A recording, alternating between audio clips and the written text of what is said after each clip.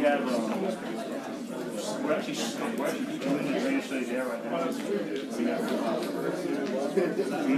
We get with a sheet of pain on one of our engineers. You know Miles Baker? The CEO of the hospital. They're going to be doing some work in the back. We just want to make sure that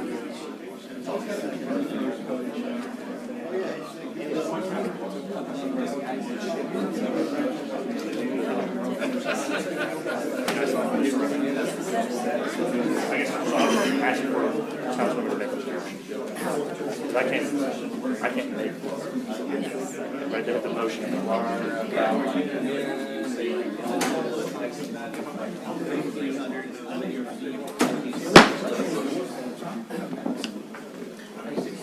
Good evening, and welcome to the St. Charles Parish regular council meeting budget hearing on Monday, November 15, 2021, 6 p.m. in the council chambers in the parish courthouse. Please silence all electronic devices and remove all hats. This meeting is called to order with the prayer and a pledge of allegiance from Pastor Charles Johnson, Sr. with Mount Zion Community Church in Boutique. Let's bow our heads.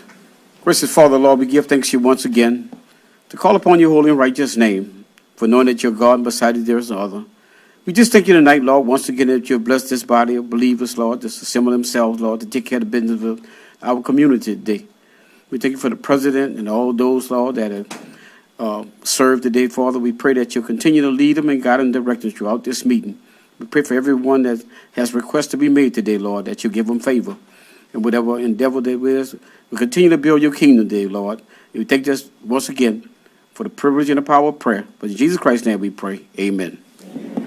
Pledge allegiance to the flag of the United States of America and to the republic for which it stands, one nation, under God, indivisible, with liberty and justice for all.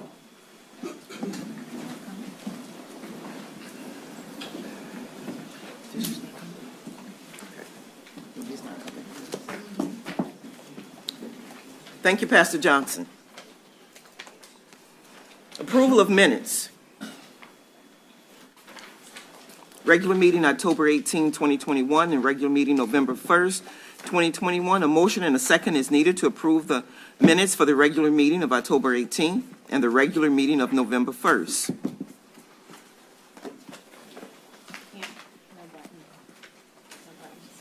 No buttons. Raise your hands. I have a motion by Ms. Gordon and a second by Mr. Gibbs. Can we cast our votes?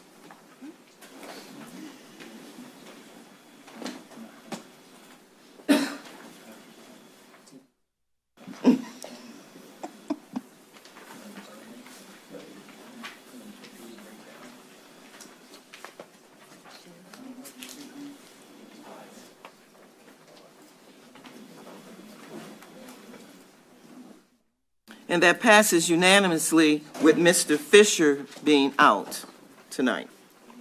Special business proclamation canvass returns. Item number 2021-0289 in recognition. Michael J. Dunn, Planning and Zoning Commission.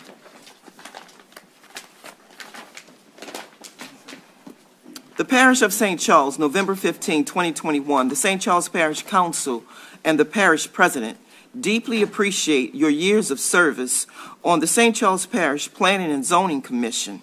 Mr. Michael J. Dunn, District 5 Representative, June 3, 2019 to November 1st, 2021. Mr. Dunn is here. Okay, Mr. Dunn is not here. That's his recognition. Thank you, Mr. Dunn. I appreciate everything that you've done for the 5th District.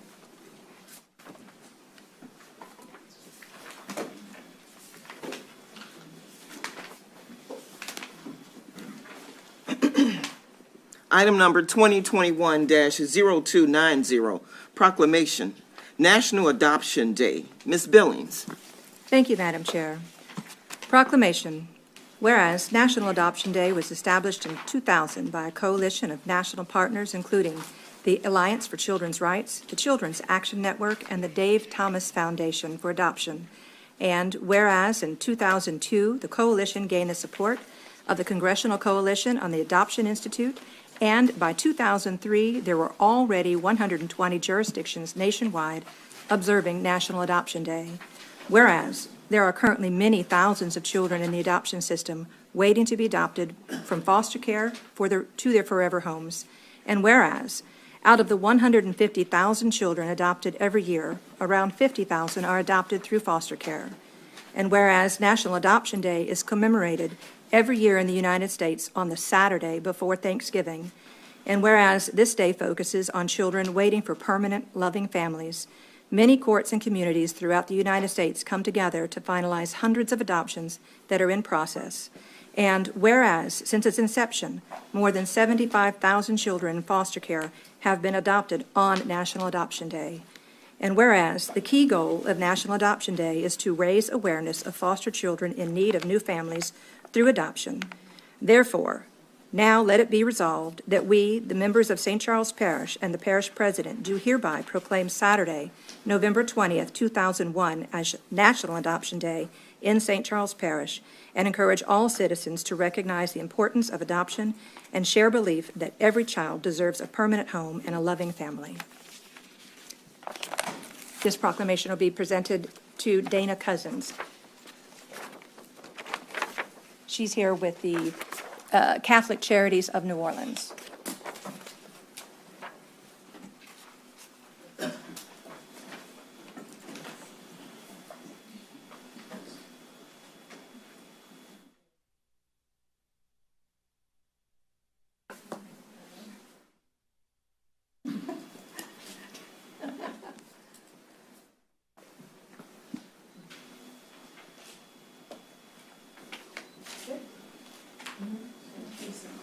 Thank you.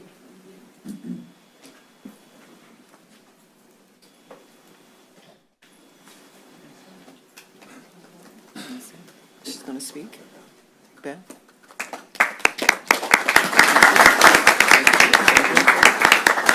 Oh, well, on a personal note, I have many people in my family, in my life, friends, relatives, including myself, who were adopted throughout my lifetime. So thank you very much for voting.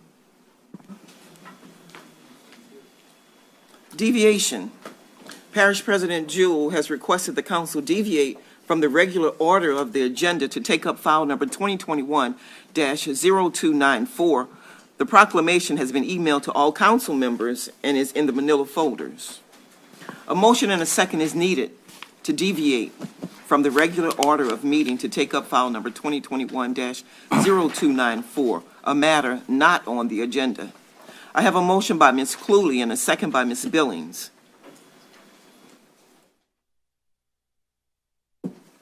Cast your votes, please.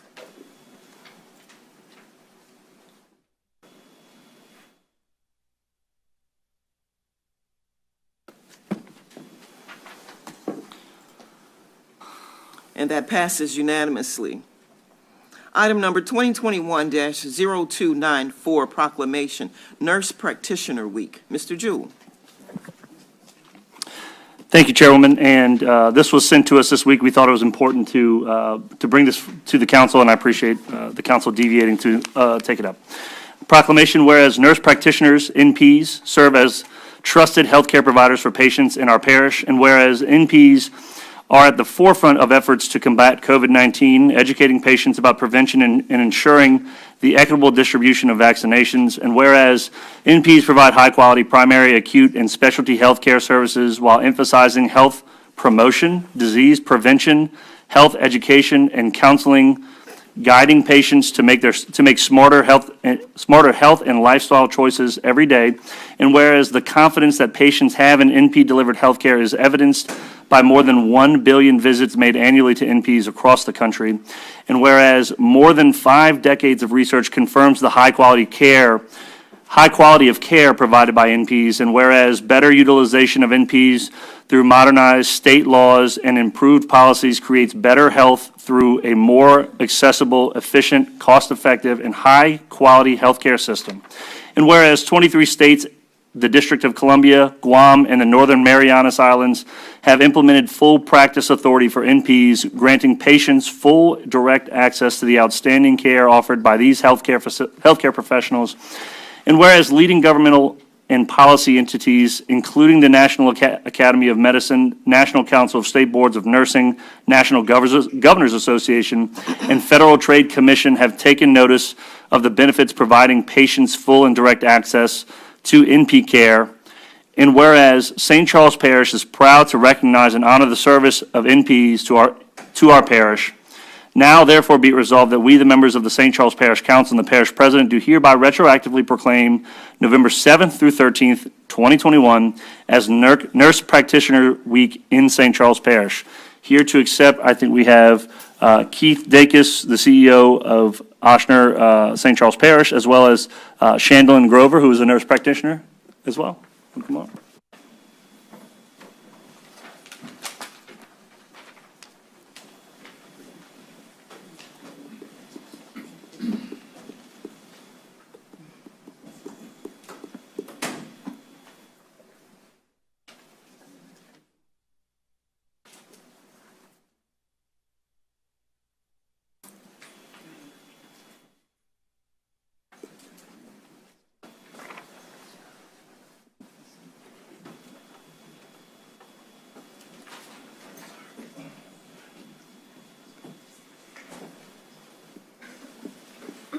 Good evening. My name is Chandlin Grover, and I'm a nurse practitioner at St. Charles Parish Hospital in Luling.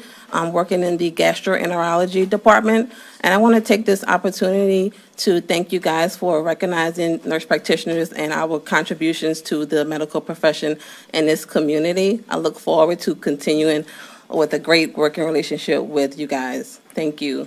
Thank you.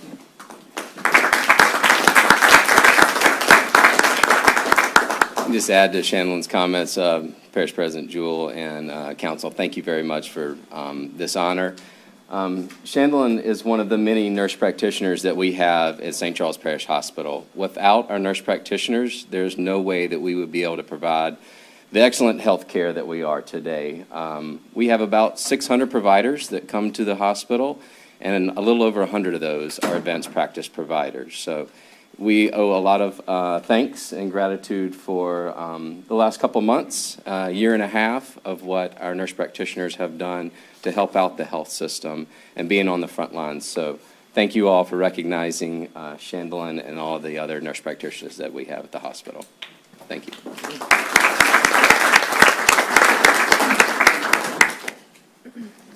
Madam Chair.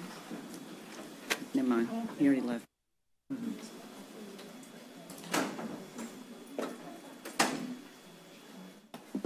A motion and a second is needed to return to the regular order of the meeting. I have a motion by Ms. Fonseca and a second by Ms. Billings. Please cast your votes.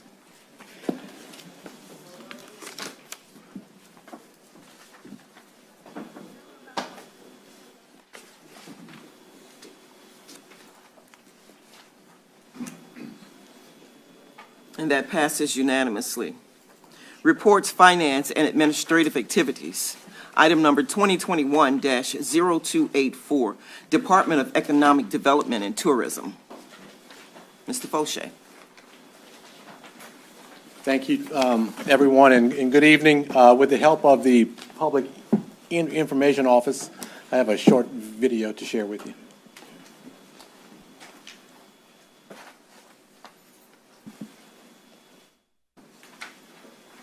Development report will touch on 3 topics: a quick overview of the department, a snapshot of our local economy by looking at a few key indicators, and a summary of IDA recovery assistance. An easy way to summarize and remember the focus areas of the Economic Development Department is the word ACRES. The department works to attract or recruit new businesses, help residents create or start a business, retain existing businesses to prevent them from relocating to another community, encourage existing businesses to grow and expand in St. Charles Parish, and promote opportunities for tourists to see and visit our local attractions, eat at our restaurants, stay at our hotels, and enjoy our local festivals. The Department of Economic Development has 3 employees. Ms. Sherlyn Farrick, who has just reached 30 years of experience. Our newest addition, Ms. Christy Dupree, who has 2 years of experience. And Corey Fauché, who has more than 27 years of experience. The St. Charles Parish economy remained strong in the face of economic headwinds from the COVID pandemic and Hurricane Ida. As evident by the table on the left, the size of our economy ranks 9th in Louisiana despite being substantially less populated than the other economies driving the state's financial condition. As the table on the right shows, our economy affords local residents a high earnings environment. Our parish ranks 2nd in the state for average wage offered per existing job. The local labor market continues to recover. The September unemployment rate for St. Charles Parish is 5.3%, which brings the average annual unemployment rate to 6%. As the graphic shows, the 5.3% number the parish posted in September is lower than most of the metro area and much of southeastern Louisiana. One of the local market challenges is the shrinking labor pool, which is primarily caused by the lingering effects from the pandemic. As the graph shows, the 2021 labor force numbers are improving. However, in order to sustain a vibrant economy, local labor participation rates need to continue on a positive trajectory. Another encouraging labor market indicator is the decreasing number of unemployment insurance claims filed by local residents. Although there was a temporary spike from the post-Ida turmoil, the number of local residents filing for unemployment insurance benefits are returning to historic norms. Another positive economic indicator is robust consumer spending. According to credit card reporting data, local consumer spending has increased 40% since January 2020. Strong consumer spending has kept taxable sales figures in St. Charles Parish fairly stable, even in problematic pandemic and post-Ida market conditions. Although not quite as high as last year's, this year's taxable sales total is projected to compare favorably against previous year's numbers. In the days following Hurricane Ida's landfall, the Department of Economic Development was solely focused on ensuring our local business community received the assistance it desperately needed. A priority was making certain that our small business owners and operators were aware of available financial resources. The top table shows the SBA activity in St. Charles Parish. To date, more than $100 million of loans were approved for parish businesses and residents. 54 local businesses received more than $3.7 million in SBA loans. Another financial lifeline offered to local small businesses suffering from Hurricane Ida was the Ida Recovery Loan Program administered by the South Central Planning and Development Commission. As indicated in the graphic, 12 parish businesses received $20,000 of funding from the program. Although the program was recently suspended, it is expected to be reactivated upon receiving additional federal funding.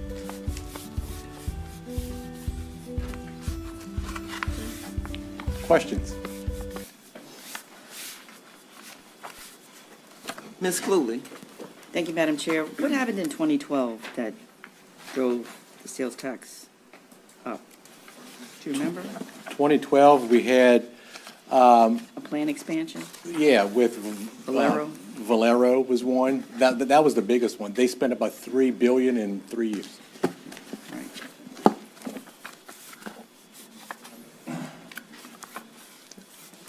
Thank you. Thank you.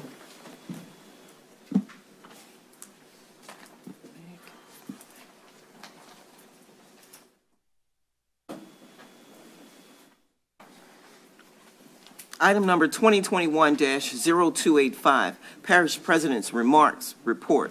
Mr. Jewell. Thank you, Chairwoman. First, I think they left, but I just wanted to congratulate our St. Charles Parish Hospital for the achievement of the Leapfrog Grade A. I know we heard about that in our last council meeting, but the hospital made it official last week by posting it out to the public that it was that they've done that. So before that, we weren't even a hospital that was graded, and now we have a better grade than Ochsner-Kinner, Ochsner Main Campus, Toro Infirmary in New Orleans. So very proud of what Ochsner has achieved during the short time that they have been operating our hospital, and we appreciate their commitment to St. Charles Parish. Okay, back to Hurricane Ida recovery. We'll try to keep this as brief as possible, but as of this morning, we have collected 1,051,952 cubic yards of debris. The state has collected roughly 175,000 cubic yards of debris on state roads, so putting us closer to that 1.25 million. I would say that they still have a little ways to go on getting the state roads clear. And we've been working with the DOTD contractor, Cycle Construction, to make sure that happens. You may have seen that St. Charles Parish actually started picking up the commercial debris on state roads, and we did that with a cooperative endeavor agreement with the state to get reimbursed for their portion. I'll tell you that I think that the parish should be responsible for picking that up in the future because it was just a little bit of a headache to have to go through all the extra paperwork. And I think the DOTD should stick to just picking up debris along the interstate. We're asking all the residents to put out their debris curbside by December 5th. We're just trying to get a date that people, kind of a deadline for people to put that debris out. And we'll try to make another pass before the end of the year to kind of finalize our debris collection before we go ahead and start trying to close out our streets. We do know that there are a lot of residents who are still working with their insurance providers, and that might delay them in starting their remodel and things like that. So we will make another assessment at the end of the year to see if we need to retain DRC to continue picking up stuff. But we really want to try to put a cap on this and kind of finalize it. So we're asking residents again, December 5th, to put out their debris. Over in parks, many of our parks remain closed for public safety. I'll tell you that one of the biggest concerns at most of our parks is the lighting. A lot of poles are leaning, a lot of fixtures may be hanging on, and of course, just like everybody else, the parish is having trouble with its insurance provider in getting things done.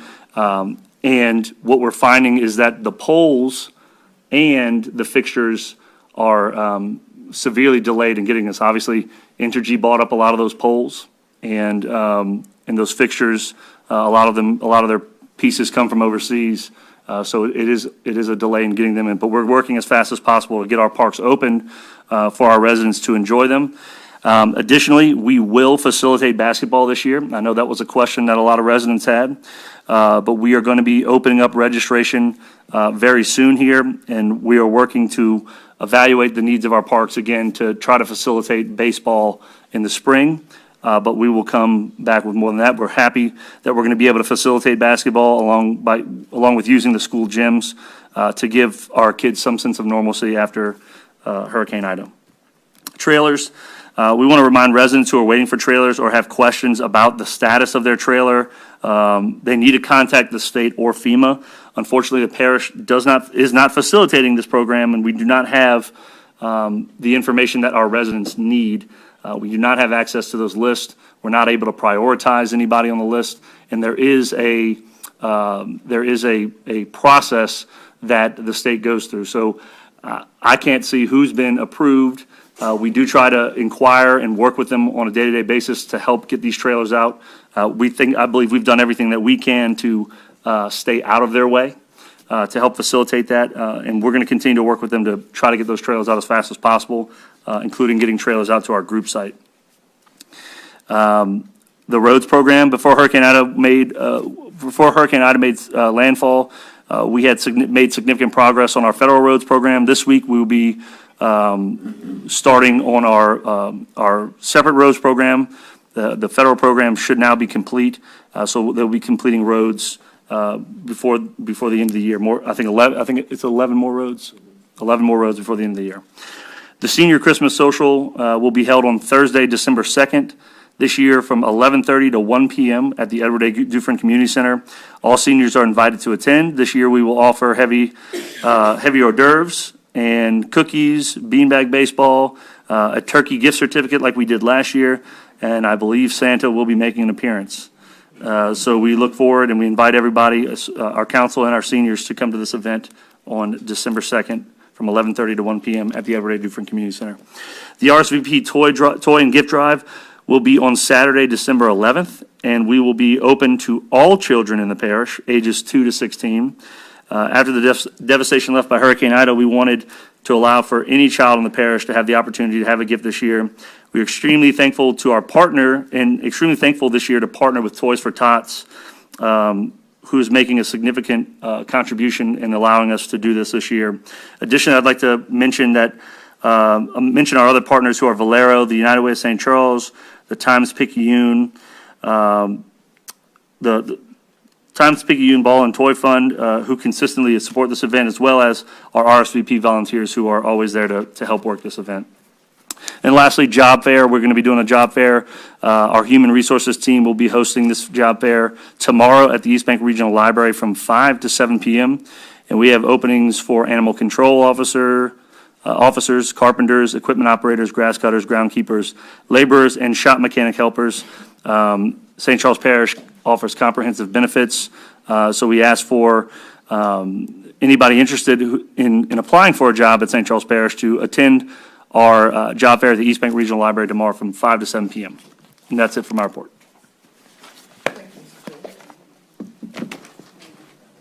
Ms. Perrier. Thank you, Madam Chair. Thanks for the report, President Jewell. I know you don't have a list of who's applied, but do we happen to know how many have applied for trailers? Is Joe in the audience? I'm just curious as to where the number came from as to why we have the amount we do. Is it maybe based on who's applied? I'm hoping it is. Yes, so originally FEMA was believing that we were going to need about 250 to 300 trailers, which I was telling them I thought that was low just from the sheer amount of damage that we saw from our own windshield assessment. But this number, so we have two systems working concurrently. You have the state and then you have FEMA.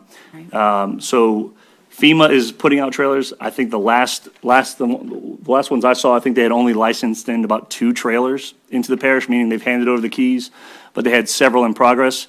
And as of last week, and I haven't seen the updated numbers yet for today, but there were over 60 trailers that had gone out from the state.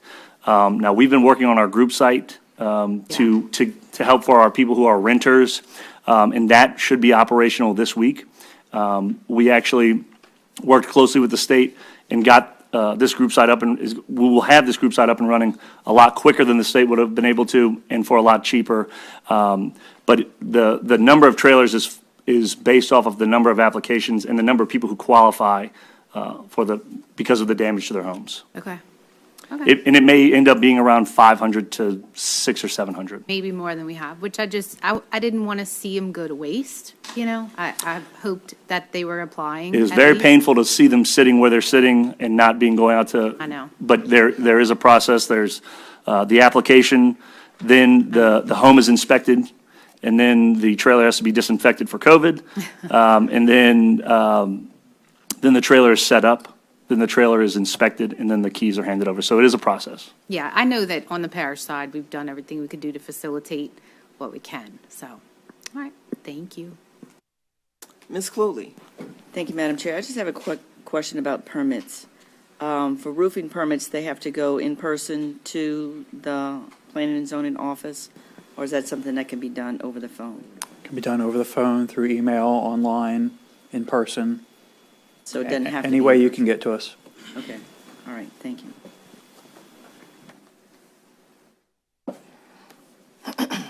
Ordinances, resolutions introduced for publication, public hearing. Monday, December 6, 2021, at 6 p.m. in the Council Chambers Courthouse, Hornville.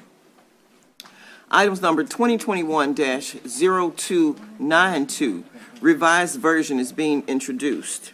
Revised version of file 2021-0292, introduced in the supplemental agenda.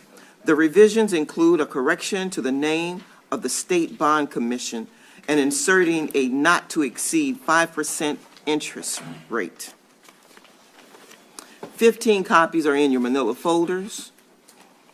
Again, that's file number 2021-0293 and 2021-0295. Planning and zoning petitions. Item number 2021-0272, an ordinance to amend the St. Charles Parish zoning ordinance of 1981 to change the zoning classification from M-1 to R-1B and C-2 to 130 697 square foot lot, J-2A Plantation Business Campus, corner of River Road and Campus Drive East, Destrehan, as requested by Helm Development LLC. Mr. Albert. Thank you, Madam Chair. The applicant's requesting a zoning amendment on the reference property going from light industrial to single-family residential and general commercial. The single-family R1B portions front on River Road, while the C2 pieces front on East Campus Drive, according to a proposed subdivision tied to this application that you can see on page 14 of your agenda. The department, as well as the Planning Commission, recommended denial. Thank you. File number 2021-0272 is now open for public hearing. If there's anyone who would like to come up and speak regarding this item, please do so now. Please state your name and address for the record. You have 3 minutes. Thank you. My name is Darren Helm. I live right here in St. Charles Parish. I do ask if everybody has a proposal that you do allow me the time to get through it. I know we're here all night, but I'll go as fast as I possibly can. In 2020, we purchased this property. The property has never been in commerce in St. Charles Parish. It was for sale for 2 years before we purchased it. We're always trying to find the best use for St. Charles Parish. I met with the residents. I met with business owners. I met with the adjacent business owners, and I met with council members. My job has always been to find the best use. So what we did was we came before you with a proposal for 6 residential lots facing East Campus Boulevard. Before you, we had a 5-1 vote for approval from the commission, and we came to council, and you had questions and you had concerns. I listened to every single one of you to make sure I adjusted that plan accordingly. If you flip open to the first page of the plan, you'll see the new proposal: 2 R1B lots facing River Road, 4 commercial C2 lots facing East Campus Boulevard. There are no residential lots, driveways onto East Campus Boulevard. And that was a question that a lot of y'all have had. The property to the south that you see the red line, that property will have a deed in the property that will be restricted from putting a residential driveway onto East Campus. I listened to every one of you. If you flip to the next page, you'll see a planning and zoning map. You'll see the 2 red X's. Those red X's, in 2017, Mr. Murray was able to develop a 30-lot development in St. Charles Parish. He changed from M1 zoning to R1B residential with 2 residential lots on River Road. The exact same similar situated property that we have next door, asking for the same exact zoning, M1 to R1B with 2 lots on River Road. The remaining 4 commercial lots. The 4 commercial lots we're going to C2 for 2 reasons. Number 1, the residents that backed the properties were told that this area was going to be an insurance office. What is an insurance office? It's C2. So we're maintaining that there's no conflict that happens between the residents and M1 industrial use. If you look at the bottom of the page, in 2017, the planning department even said when the 30-lot development came in that there could be conflict with M1 use, and there is conflict. Number 2, what's best for St. Charles Parish? We have a ton of industry in this parish. M1, and there's development going to the back with M1. We need small business here in this parish, and this plan gives you that. It allows us to subdivide the property into 4 commercial lots and gives the opportunity for 4 small businesses right here in St. Charles Parish. Small business wins with this plan. If you flip to the next page, I've listened to everyone involved, including my opposition. Before the council meeting, Mr. Edward Renton came. He said he represented all the business owners. He stated last time around that he had a win-win. Him and the other business owners of Campus Business Park were not opposed to residential. They were not. He said, let him put in another driveway. Let him be a hero. Put his entrance on River Road and have his 6 lots, 5 lots, or 4 lots. So we listen to our opposition. Now, he will be a... Excuse me, yes, Mr. Helm. You're out of time. Would you like more time? Yes, ma'am, please. I have a motion by Ms. Perrier and a second by Ms. Cluley. please vote for the extra time, the speaker.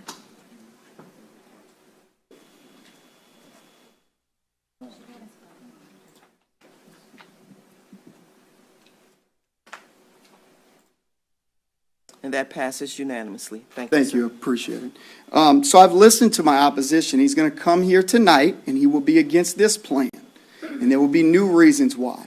And I ask you, as I've tried to do everything right, why are the field goal posts moving constantly when we're trying to find what's best for everyone involved? And I ask you to ask Mr. Renton tonight, why has those plans changed? I've already given you, I feel that I've given you enough to say that there's no reasonable reason not to rezone this property, according to what everybody has asked for, what council has asked me to do, and for the residents. But let's take this one step further. If you flip to the next page, and this is very important, my property is within 1,000 feet of an historical district. Now, why is that important? If you flip to the next page, per planning and zoning ordinance, which is law, on page 57, it talks about historical districts. If you go to zone of protection under historical district, C3, or grade of intensive use, which would include M1, is not allowed on this property without a special permit. So I have clear restrictions on this property, and we can currently not even use it in its current form without special provisions. Now, what does it say? It says it doesn't apply to residential use or C2 or less intensive uses in the zone protection. Exactly what we're asking for tonight. So I've listened also to the planning and zoning law. Why was this not put on my report in both applications? I don't know. It was put in Mr. Murray's subdivision in January 5th, 2017, as you can see below. Let's take this one step further. Let's flip to the next page. That is the 1,000-foot zone of protection. There's properties all within that protection, including the property to the north with the Southern Freight. And my property has come up a lot with this property about truck traffic. Southern Freight, from the information I've pulled so far, has not gone and got a special permit, from what I can see.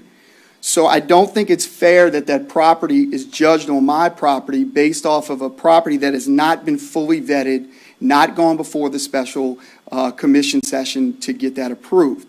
Now, I thank y'all for having me tonight. I ask for your vote. I do live in this parish. I have family in this parish. I have friends all through every district. I have family and friends that back this property. We have literally done everything possible and tried to meet everyone's goal to find the best use. This is what's best for the parish, what's best for small business, what's best for the residents, and exactly what the council instructed me to do moving forward. I appreciate it, and I ask for your vote based off of the facts and the facts alone. Thank you.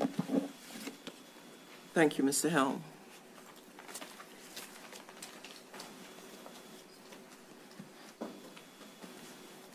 Is there anyone else that would like to come up and speak regarding this? Please state your name and address. You have 3 minutes to speak. Thank you, ma'am. Good evening, ladies and gentlemen of the council. My name is Ed Renton. I reside at 608 Little Farms, River Ridge, Louisiana. I own the property at 100 Alpha Drive in Destrehan. Again, I appreciate Mr. Helm's comments, although he's somewhat mischaracterized my previous comments. I did say at the last council meeting that I'm not opposed to residential, provided that it doesn't have any ingress or egress on Campus Drive. Mr. Helm took umbrage with this statement, but he's just going to have to take it. This is no more than a wolf in sheep's clothing. The reason that he's asking for C2 is because under C2, he doesn't need to come to this council. He can petition the Planning Commission, and the Planning Commission can issue a conditional use for R1 residential use in the C2 zoning classification. I welcome the opportunity to help him put his property into commerce. He's routinely made the statement that Mr. Murray subdivision, I don't think Mr. Murray owns the subdivision, but Mr. Trosclair's subdivision has lots that face on River Road, and that is factually incorrect. There's no driveways that have ingress and egress directly onto River Road. My concern is, most of you guys know me or know who I am. I'm all about business in St. Charles Parish, albeit I'm not a resident here. It's about the safety and about the concerns of its campus business park. not residential park. And Southeastern Motor Freight, whether they've got their proper permits or not, somebody issued them a building permit, and they're coming with 200-plus trucks a day that are going to be traversing the same route and the only route that in my development has probably 20 or 30 trucks a day. It's about safety. It's not about taking Mr. Helms' opportunity to develop his property away from him. When he bought the property, he knew it was zoned. He knew what the restrictions were, and I'm sorry that he feels the way he does. But I can say this with absolute candor. He's not had one conversation with me since this last application before this board. To the best of my knowledge, he's had no meetings with any of the other fellow business owners in Campus Business Park. I would respectfully request to be concurrent with the Planning Department and the Planning Commission. Thank you very much. Thank you. Is there anyone else that would like to come up and speak regarding this item? Please do so now. Please state your name and address for the record. You have 3 minutes. My name is Michelle O'Daniels. My residential address is 11130 River Road, St. Rose, Louisiana. I am the member of Shadow Properties, LLC, and my husband and I own the business property that's next door to this property that is up for rezoning. I've been before most of you before, supporting the change to allow for use of this property and I guess lighter uses than M1 and trying to repurpose the property based on some rezoning voted in by the council a couple years ago. So you have your residents that are in this really nice subdivision, and we're talking about hundreds of trucks passing by them every single day. And how did that happen, or is that even happening? Probably, but it's not based on how Business Campus was originally designed. It was originally designed to be a loop, and this would not affect these residents or these 2 proposed properties in the front. And to suggest that all of a sudden no one can have River Road property with entrance on River Road would say, I can't have my property on River Road anymore because my entrance is from the River Road. It's not from a subdivision. We have a very small community that has all kinds of different access points. So I'm asking for you guys to realize that the council has put a bubble in here because there's a nice subdivision. So let's fill that bubble with something that is anticipated by all your other laws, and that is low impact use of this property that now finds itself sandwiched between M1 and residential. I would ask that you vote for this and realize that, hey, we're residents. We're asking for your protection. And if you really wanted to protect them, you would finish out that particular business park as it was planned. But for now, there's nothing to say it's unsafe to have a property on River Road with access to River Road, because a whole bunch of us would have to move because it'd be unsafe. So I'd ask you for your vote. Think about the residents. Think about what they're going to have to put up with if something behind there does get a special permit to do a heavier use. Would you want to live there?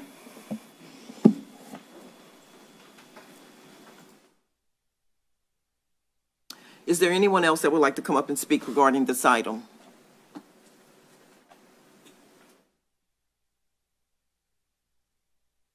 Seeing none, public hearing is now closed. Any council discussion? Ms. Cluley. Thank you, Madam Chair. Like Ms. O'Daniel said, a lot of people live on River Road. I grew up on River Road, not far from the courthouse here. There is a lot of traffic, but, I mean, if you couldn't access a residence on River Road, a tremendous amount of people would have to move. I did meet with Mr. Helm. I've been to the property. I don't see a problem with this plan, actually. I think C2 might fit quite well in there. I think M1, one of the reasons why it hasn't developed as M1, it's kind of a tight squeeze to put M1 businesses into that slot right there. I'm going to support this. This property has been M1 for decades, I would say, since the business park started, and nobody has developed it, so maybe it's time to move it to a different classification of zoning. Thank you. Mr. Gibbs. Thank you, Madam Chair. I also met with Mr. Helm and appreciate your presentation, the energy you put into this. I'm going to support it, and I'm going to ask for my fellow council people to support it as well. Thank you.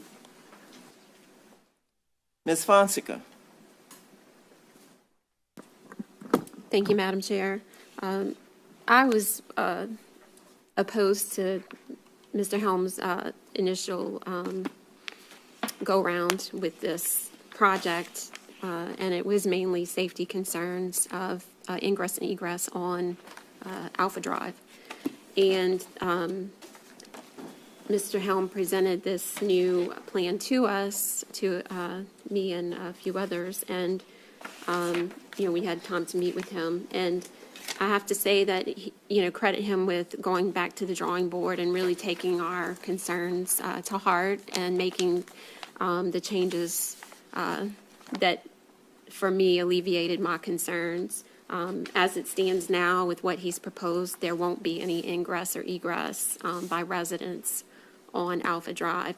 And as Ms. O'Daniel said, we have numerous residences on River Road, on both sides of the river, that do have ingress and egress to River Road. That's nothing new. So I really don't see an issue with this. With C2, we do have need for a lot of attorneys' offices and, just office space in this parish. So I think it will help with that, and it may make it attractive properties for those types of business ventures. So I'm going to support this go round, and I would appreciate my fellow council members' support on this as well. Thank you. Ms. Perrier. Thank you, Madam Chair. I just want to verify there will be deed restrictions on the C2 lots that will prohibit any driveway access onto. Yeah, you could, clarify what the deed restriction is that you mentioned So I think, earlier. are you retaining to the R1B lot, not the, you said C? Those will have deed restrictions. So the C2 lots will not have deed restrictions on them? Yeah, that's the only way to access those particular lots. They would be on East Campus. On the Campus Boulevard. I thought you mentioned deed restriction if they just so happen to turn into residential structures. Yeah, there's no plan. I'm 33 years old, okay? I plan to continue to work in this parish and never do anything that's going to go around or wolf in sheep, because it's not who I am as a person. I know it. And I want to continue, and I would love to work with any one of y'all on a property in St. Charles Parish that y'all may feel that, we can't find a use for. And I think I've done the homework. So, I won't try to flip a property to residential. There's no plan to do that. Would you be willing to restrict the deeds with maybe some sort of legal clause that says if whoever purchases that lot, if you choose to do something that is geared toward residential, then you have no access? I have no problem with doing that. And if anybody, I will go to a title attorney and I'll sit down and send it. But, whatever. another layer of protection. Yeah. I know think that's fair. you don't have any plans to do these things. I know that.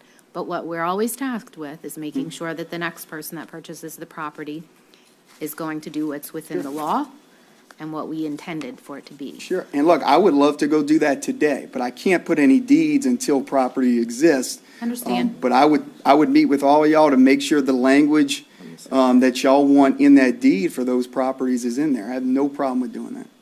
Does legal want to add anything? This is not going to be Without weighing on either side, the rezoning processes can't be contingent upon anything. There's no. No, it's just me asking I know, on I'm camera. Just for the record, it holds For no. sure. Understandably, and Yeah. just the conversation. Okay. All right, so the two residentials for sure have a deed restriction to Yes. not have access. Okay. Yes, and I would be happy to put any further restriction to never have them properties ever go residential. If that's something y'all want, I have no problem with doing that. Okay. All right, thank you. You are. Mr. Helm, your ingress and egress, the way they're gonna get in and out is what, R1B and what, Lot J2A1, Lot J2A2? Are you talking about the residential lots?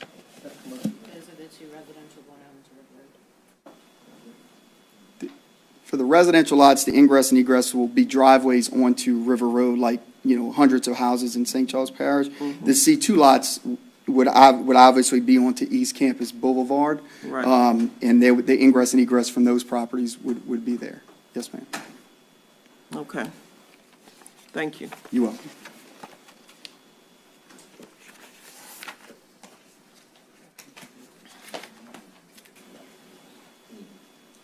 Any more council discussion?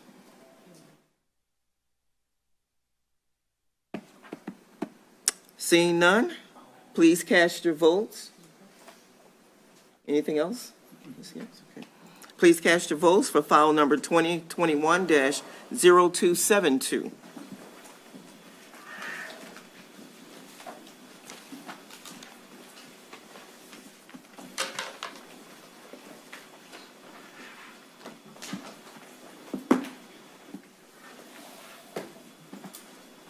And that passes unanimously.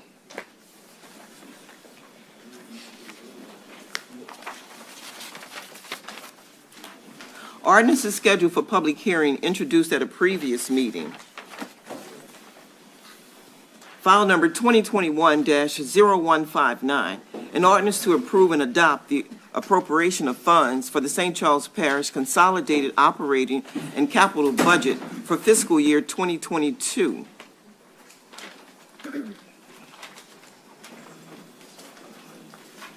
Mr. Jewell, Finance Department? No? Any council members? Are there any questions or comments or additional amendments to be made? Ms. Cluley? Thank you, Madam Chair. On account, Fund Number 105, Road Lighting District Number 1, page 202, I'd like to earmark $75,000 in lighting for the AMA Ballpark and $225,000 for the West Bank Bridge Park. It's all in the fund. I'd just like to earmark some for that without moving any money. 202.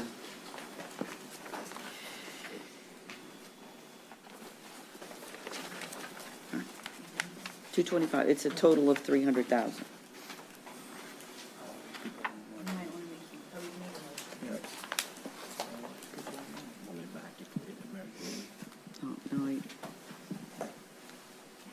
I have a motion by Ms. Cluley and a second by Mr. Dufresne.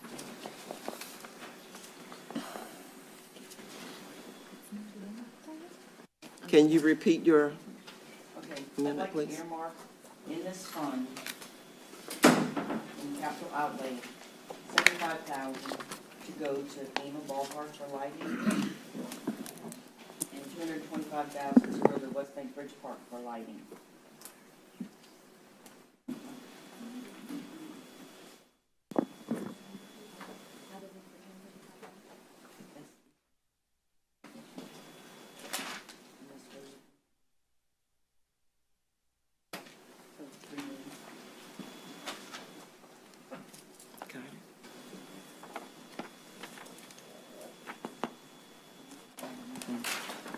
I had my mic on. Did you hear me? Yes, she's right.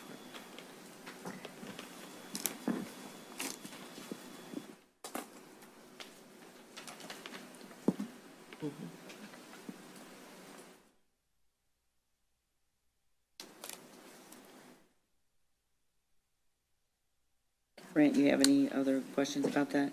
Capital outlay, $75,000 to the AMA Park for lighting, Yes. and then $225,000 to the West Bank Bridge Park for lighting. Yes, ma'am. And it's under improvements other than buildings. It's the only other. Improvement other than buildings. Please cast your votes.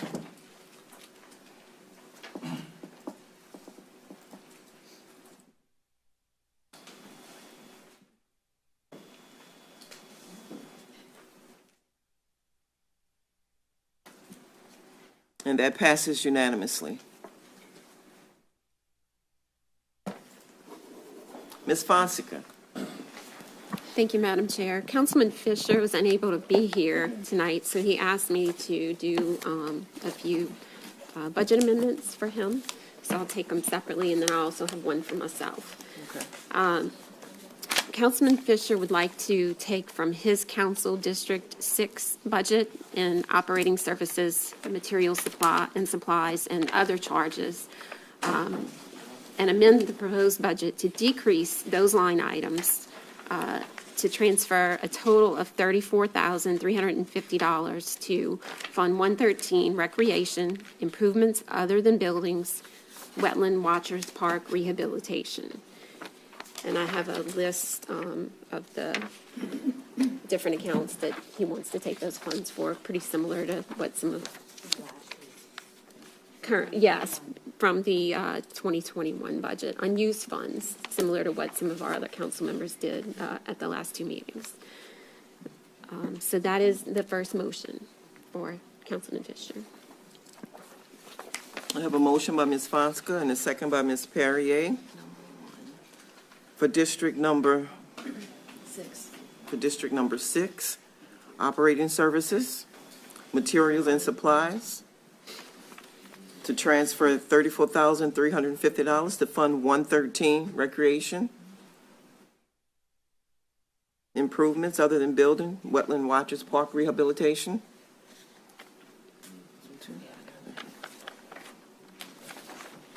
Please cast your votes. Oh, I thought I did the motion. You did. Yeah. Oh, okay.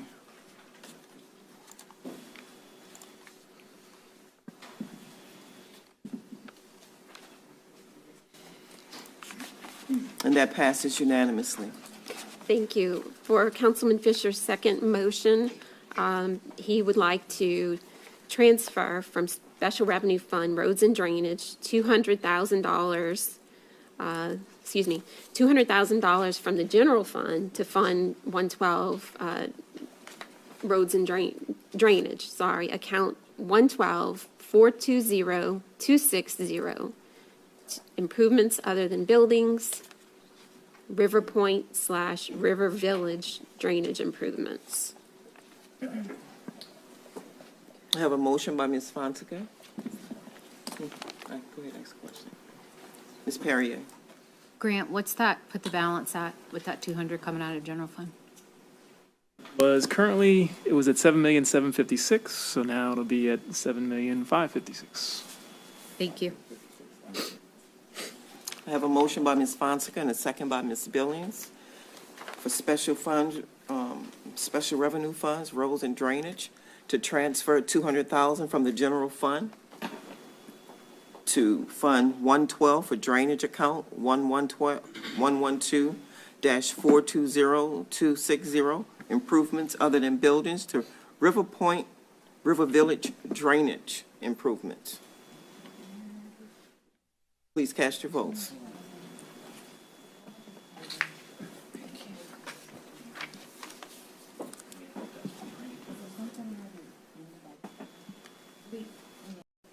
Go ahead. Miles, can you tell us, do we have any money budgeted for that project already? No, we don't. Nothing? We just started the engineering on that. They don't want you to talk. They said, wait a minute. I know there's a motion. I know the rules. Let's vote.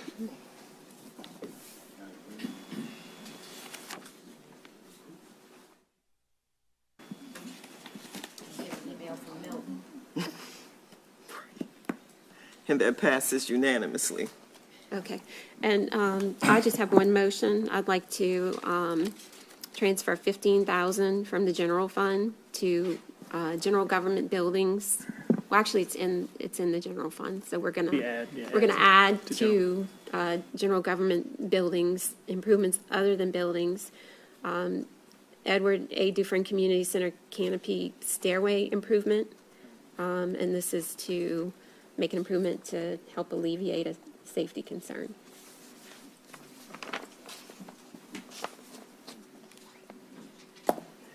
And motion. I have a motion by Ms. Fonseca, second by Ms. Billings.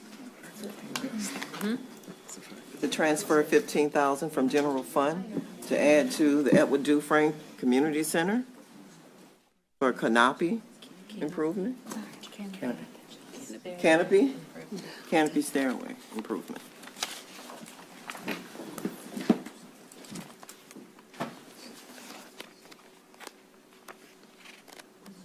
Please cast your votes.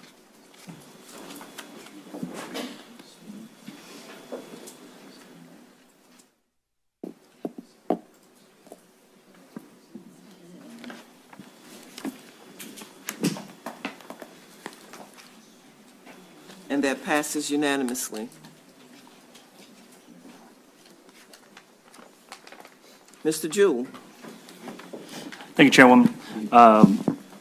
The amendment that I am proposing is to recognize funding. The council recently passed the cooperative endeavor agreement. I'm sorry. Yes, it was a cooperative endeavor agreement on revenues that we received from this last year's state budget. There was a line item that was $950,000 that was infrastructure improvements in parks, and we stated to the council that we were going to put 600 of that towards a drainage project, 350 towards a recreation project. So I want to ask for a council member to make a motion to recognize 600 of the Department of Treasury funding under Fund 112 for drainage and apply this $600,000 to improvements other than buildings, hydraulic bottleneck at Destrehan Pump Station number 2, and recognize $350,000 Department of Treasury revenue under Fund 113 Recreation to apply $350,000 improvements other than buildings, West Bank Bridge Park revitalization. This money has a timeline. It has to be spent before July of 2021. And we believe that we will be able to spend this money before that time. Send that paper down here. Yes, ma'am.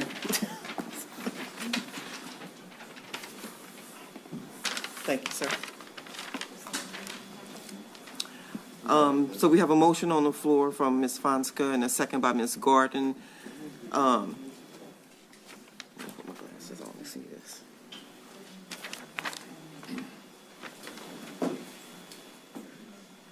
To apply $600,000 to improvements other than buildings, hydraulic bottleneck, Destrehan Pump Station number 2, and to recognize $350,000 to the Department of Treasury revenue under Fund 113 Recreation, and apply this $350,000 to improvements other than buildings, West Bank Bridge Park revitalization.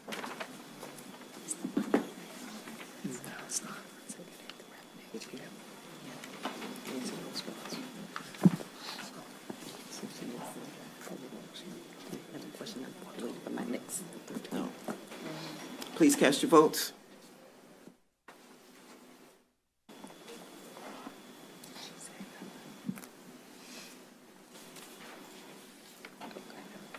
And that passes unanimously. Thank you.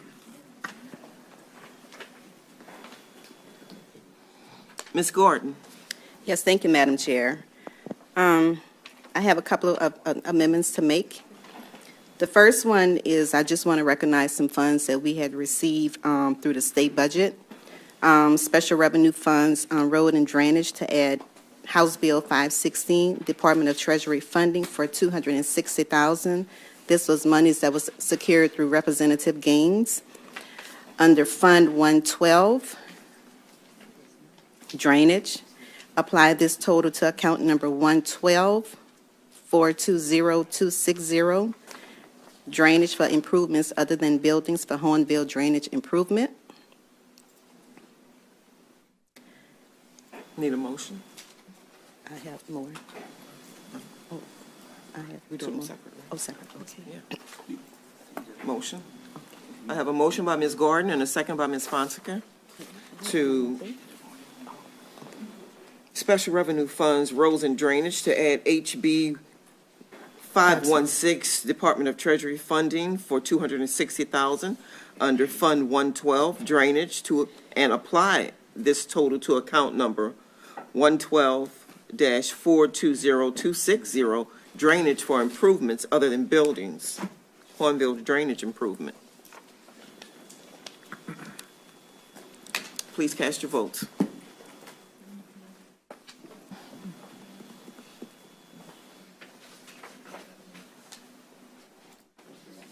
And that passes unanimously. Ms. Gordon? Thank you.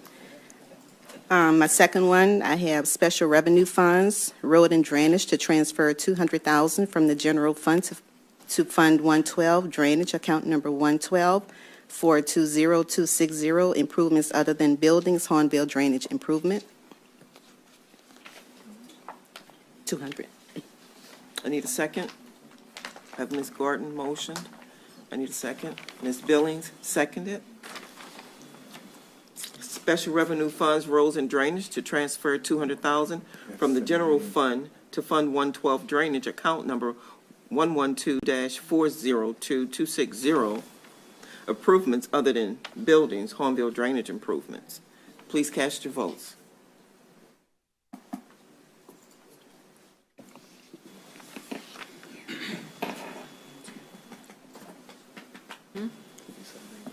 And that passes unanimously. I have one more. Go ahead, Ms. Okay, thank you. Gordon. One other from the general fund, I want to amend my own personal 2021 budget. District 1 operating service, materials and supplies and other charges, to amend the proposed budget to decrease the following. Fund 210 advertising dues and subscriptions, $300. 220 printing, $31.50. 241 postage, $5,700. 242 for telephone, $1,900. 250 rentals, $700. 260 maintenance of property and equipment, $800. 270 contractual, $1,600. 305 office supplies, $9,500. 310 office supplies, $2,000. 325 food and clothing, $700. 410 training and travel, $5,500, which is a total of $31,850. I want to transfer $15,925 to account number 001-430234, the Community Service Center for professional services tutoring at the Kelowna Community Center. And I want to transfer $15,925 to Fund 116, RSVP, for account 116-430270 for local recognition. Need a motion and a second? I have a motion by Ms. Fonseca and a second by Mr. Gibbs. Can you restate that? Lysandra made the motion. Lysandra? Ms. Gordon, I have a motion by Ms. Gordon and a second by Mr. Gibbs for General Fund Council District 1 operating services, materials and supplies and other changes to amend the proposed budget to decrease and to transfer $15,925 to account number 001-430234, Community Service Centers for professional services tutoring at Kelowna Community Center, and to transfer $15,925 to Fund 116 RSVP for account 116-430270 for local recognition. Please cast your votes.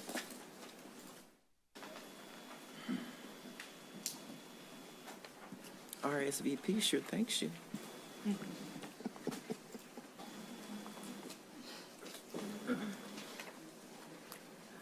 And that passes unanimously. Ms. Perrier. Thank you, Madam Chair. I know I mentioned at one of the previous budget hearings that I planned to take the unexpended funds from my budget and amend to place somewhere else, but I'm just going to let it go ahead and roll over into the general fund. We're cutting it pretty close, so when your rollover happens, whenever, mid-year. Just add that to the number.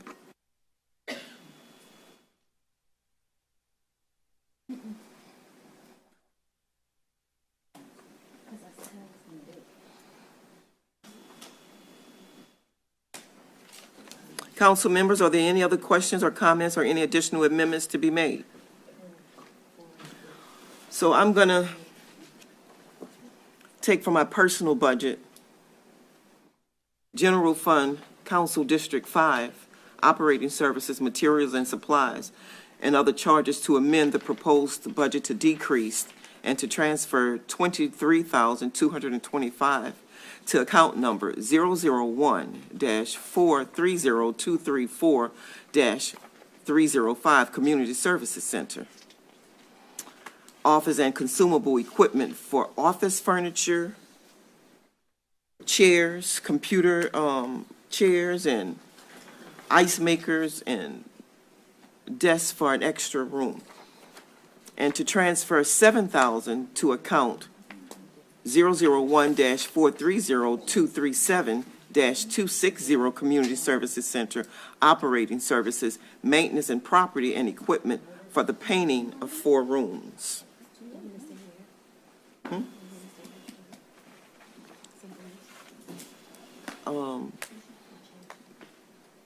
I guess the main room and the St. Rose Community Center.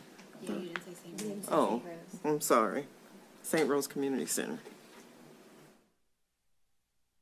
I thought you guys knew when I just said community service, because I wasn't trying to send it to, not to Edward. That's not the same account that we have. Right. And we have other ones. Right. I have a motion.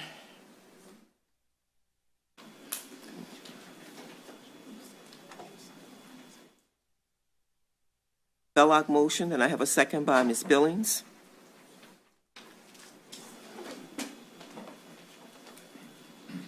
For operating services, District 5 operating services, materials and supplies.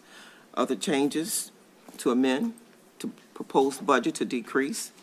Transfer $23,225 to account 001-430234-305 St. Rose Community Center, and $7,000 to account 001-430234-260 to St. Rose Community Center for operating services, maintenances, and property equipment. Please cast your vote.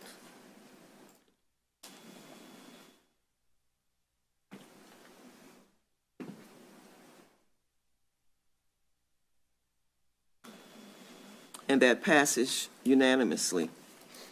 My second amendment is enterprise funds, wastewater, to transfer $150,000 from the general fund to fund 401 wastewater improvements other than buildings, Turtle Pine Lift Station and Force Main upgrade. $150,000 from the general fund. To fund 401 wastewater improvements other than buildings, Turtle Pine Lift Station and Force Main upgrade.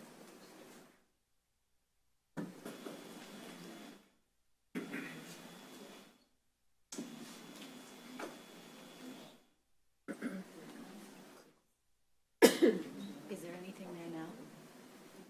Is there any money budgeted for that project at all right now? I'd have to refer to our sheet here. Or, How much? let Grant look it up real quick. Okay. 3 million? Could that possibly be supplemented if the project looks like it's going to be more than 3 million by some of that 5 million that we're going to realize soon? Did those monies go toward that? I don't think there's anything prohibiting us from using the money from the CARES Act for that project if we needed to supplement, correct? And what's our timeline on the CARES Act? Do we have any idea? CARES Thought I Act, knew the other CARES day. Act, the other 5 million will be here in May of 2021. 22, I'm sorry, 22. We think, I guess this question for Ms. Belloc, the 150, 100,000 in addition to the 3 million. Do I Is there a think it's needed? reason, yeah. Is there something that makes you think that 3 million's not enough for the Well, project? After speaking to Miles and to Grant, I'm looking for my paper. Okay. That I here wrote down. Or you want, I mean, maybe Public Works can answer that. Is it enough? It's not budgeted. It's not budgeted? The 3 million that came from the audience was just a ghost, okay.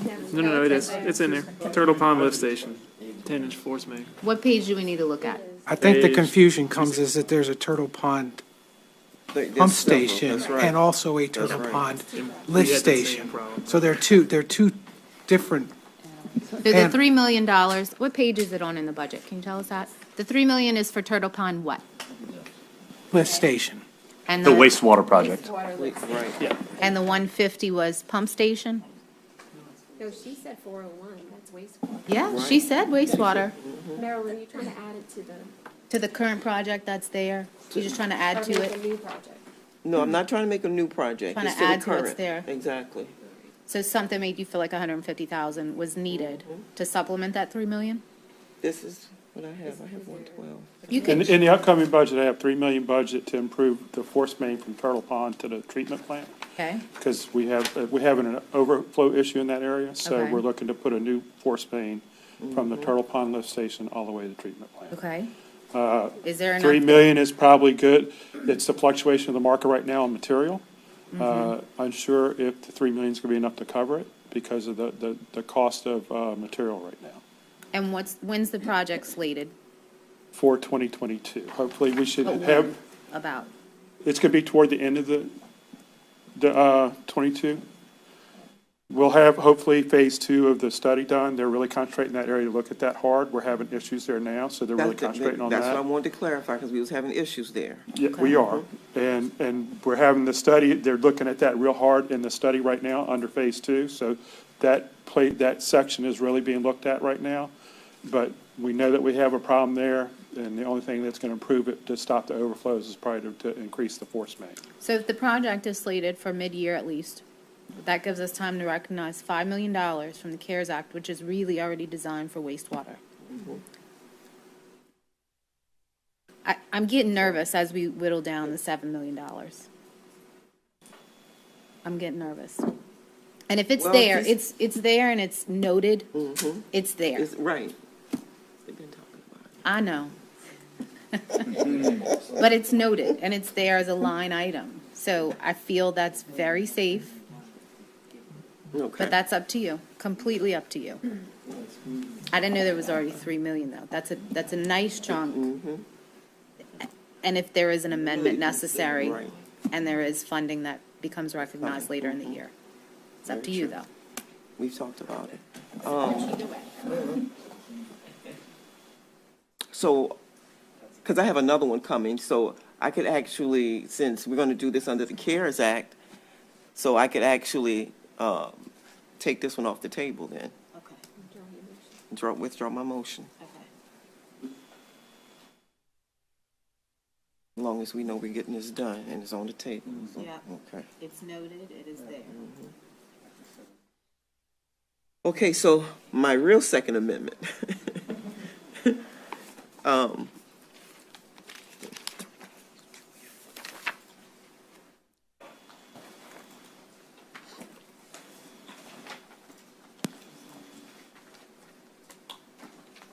To transfer 150 from the general fund, Fund 104 wastewater improvements other than buildings to St. Rose Sewer Force Main Upgrade, Charlestown to Rue Landry.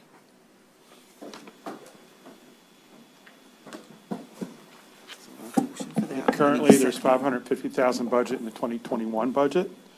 That's part of that same area that they're looking at. There is a proposed new subdivision coming in there, I think after the moratorium is lifted. I know that they're working on the drainage in that area right now. We're looking at the sewer at the same time. The force main will have to be relocated. We are in property acquisition along the railroad to move that right away and put that force main in there. So that would be part of that too, and that would be to go ahead and move that force main itself. So the 550 is in the 2021. It did not get carried over as a It did current not, it'll project. get carried over in June. And that's probably when it's gonna be, huh? If it's not done, I thought that's what you said, that's why it's stated. Yeah, whatever's not expended will probably carry over, right? Isn't that normally how we do it? Yeah, so you plan to expend something on that project before the Correct, end we're of the year? working on that right now. So how's that work, Grant? If she adds 150 for a project that's not currently in here, but it's in 2021? Separate, She'll have 150,000, and next year, and Only then whatever 150 we will carry show. over, she'll have that much more to it. All right, that's what I want to know. yeah, does she need the additional 150? It's undetermined right now at this point because we're having issues. The right-of-way's been difficult at some, so we're not really sure on that at this point. I'm expecting the prices have gone up dramatically on all material, and they haven't come back down. So we're seeing a large increase in material costs is what's happening on most of our projects. So that'd be a yes? Yes, the funds will be needed. And I'm hoping that's enough. That's the part that's the unknown is if they don't come back down, it might not even be enough. But you're right, because on this paper, they gave me Yeah. no funds. We won't know that till we get there. One.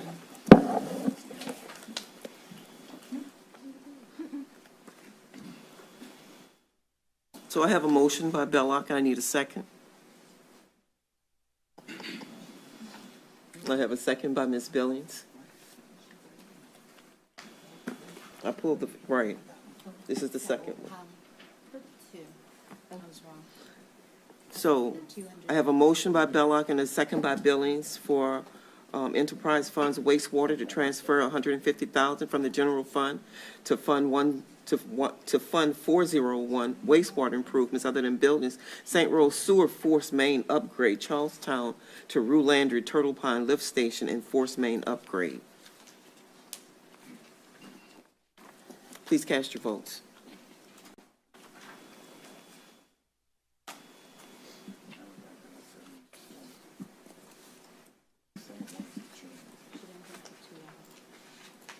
And that passes unanimously. Thank you.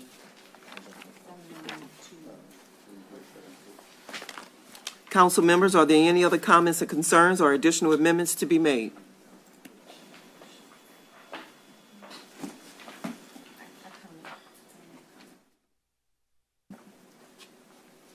Ms. Perrier. Thank you, Madam Chair. Before we vote on our final budget here, I didn't make a lot of amendments this year. I didn't make a lot of changes from what I asked for last year. I do see that the things that I've asked for are there, and I'm going to put my faith in the administration that we're going to figure out how to get them done for District 7. They're there. There's a piece of something there for everything I've asked for, and I appreciate that. So I think this was a labor of love, having a pandemic and a hurricane at the same time. So I know this year is going to be interesting, and we'll try, we'll hope for not another hurricane with 7.2 left. Mr. Jewell. Just before the council members vote, I just want to take an opportunity to again thank the ladies in finance as well as Grant, because a lot of this budget work was done in a conference room in planning and zoning office while everyone was attending to their homes and working to restore their houses. The ladies in finance were working on this budget and trying to get something to present to this council. And I just want to thank them again from the bottom of my heart for everything they did to make this budget a reality during such a stressful time and during such extraordinary circumstances. Thank you. Ms. Fonseca. Thank you, Madam Chair. Miles, I just want to revisit, the Lakewood rehabilitation. I know we do have the money for the street, the grant funding in paved streets. The part that we don't have anything in the budget for is any drainage improvements that are needed. And I know I mentioned that last time, but this is slated to go out to bid next year as it stands. Do you know at this point with the videoing that y'all have already accomplished, if there's any drainage improvements that are going to be needed? We have not made a final determination on that yet. What we did when we did the cleaning and the TVing of everything north of Heather, we found that the pipes were very clogged. We're doing the same type of work, TVing on the south side as well. There is some indication that we may need to increase some pipes, particularly maybe in the DOTD project, which would be the one north of Heather. There might be something there. When we get that number, we'll add it to that project, but that's in process right now. Where are you going to get it from? That's the question. We have 200,000-ish left right now. I think we know there's going to be drainage work to be done. I mean, you just mentioned there was some clogging, but Holly and I know. I think we know very well what Lakewood Drive looks like and what's going to happen when we pull up those panels. She said where. Can we hope that RPC could help if we loop that into that project? Can we lump it in? Yeah, I don't think we can do drainage. We can get with the RPC and ask for an increase in that. For drainage, though? Yeah, we've done, you can do, if you run into drainage issues when you want to open up a road, we can make those repairs. Through the RPC funding? I'm not Yes. aware I'm not that that's sure either. possible. With my grant experience, they haven't allowed drainage to be They have covered. done it before. So Grant, we could be looking at waiting on a rollover until May, June of next year. And if this goes out to bid before then, we may be looking for some funding. So we may have to record some of the revenues that we know weren't in this budget to offset it. The FEMA revenue. The FEMA money, Yeah. exactly. And, the hope is that we get that within a year, hopefully. But we will get it eventually, and we do have to recognize that I when was we get thinking it. that, just to make the line item, because we know some is going to be needed.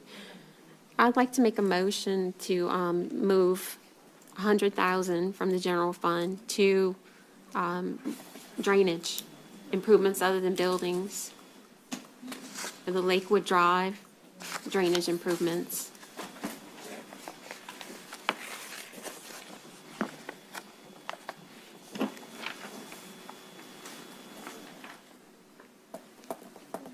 I have a motion by Ms. Fonseca and a second by Ms. Perrier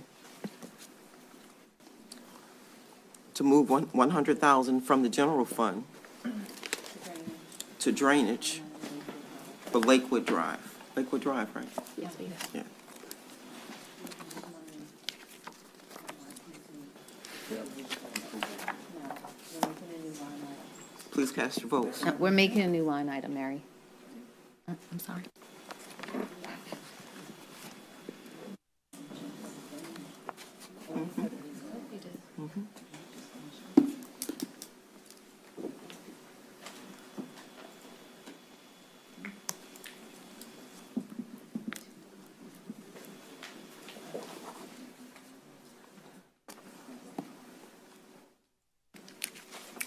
And that passes unanimously.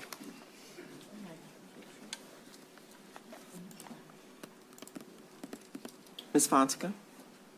That's my No? previous Okay. request to speak. I'll withdraw it. Are there Thank any more comments, concerns, or amendments to be made?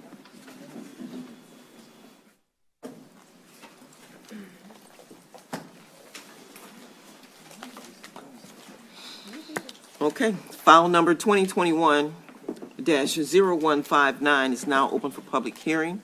If there's anyone that would like to come up and speak regarding this items, please do so at this time that we have discussed so far.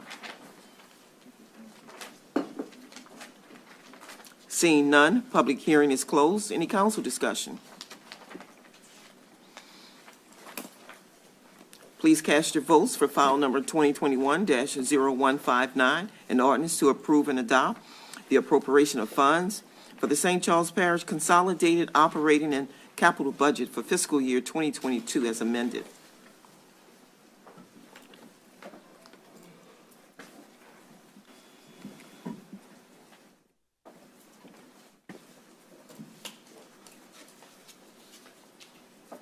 And that passes unanimously. File number 2021-0267, an ordinance approving and authorizing the execution of a professional services agreement with GIS Engineering, LLC, to perform engineering services for Muntz Pump Station Number 2, project number P210806, not to exceed $913,980. Mr. Bingham. Thank you, Madam Chair. This project is a second pump station from the master drainage plan. And as you will recall, the St. Charles Parish Council adopted ordinance number 20-7-6 approving and authorizing the 2020 East Bank Master Drainage Plan, which includes the Muntz watershed. That project started July 15, 2020, and included that watershed.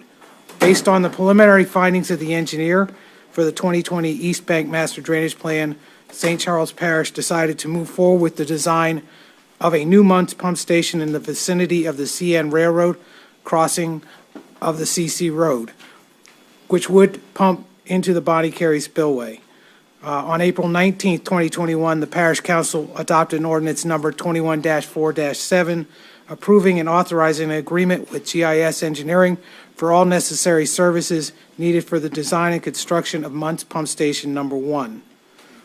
In July of 2021, after examining multiple alternatives for improving drainage in the Muntz watershed, a preliminary report was issued showing the need for a second new pump station which would pump into the Bonnie Carey spillway. This decision was based on the current proposal for the West Shore Lake Pontchartrain Hurricane Protection Project, which does not provide pumping during major rain events. St. Charles Parish decided that redirecting the majority of drainage from the Muntz area away from the Prescott Canal would provide the greatest protection during heavy rain events. Talk about it. The proposed agreement with GIS Engineering includes the design and construction of a 340 CFS pump station between the KCS tracks and Airline Highway, recommended in the 2020 East Bank Master Drainage Plan. The engineer will prepare plans and specifications for the project, assist with bidding, and oversee construction. They will also oversee the work of the surveyor, geotechnical engineer, environmental subconsultants, and real estate acquisition specialist. This project is really a kind of an important one, and it's taking the collaboration of the engineering department from Public Works and Mr. Sholey from the levy department as director. So it's a good combination of talent that we have on this project, and both the Public Works Department and I'm going to speak for Mr. Sholey, the Levies Department would appreciate your support of this ordinance. Thank you. Mr. Jewell. Just wanted to remind the council that this is one of the items with the two pump stations that we did request $10 million from the CPRA as a supplemental funding. By us doing this project, we are ensuring, if we build these two pump stations, we are ensuring that Muntz will be able to drain effectively during torrential rainfalls, which the pumping station at the West Shore Hurricane Protection Levee on Prescott Canal would not have allowed for. There were 4 pump stations that were planned for that levee, for the West Shore Hurricane Protection Levee. They have now reduced that to 2 pump stations.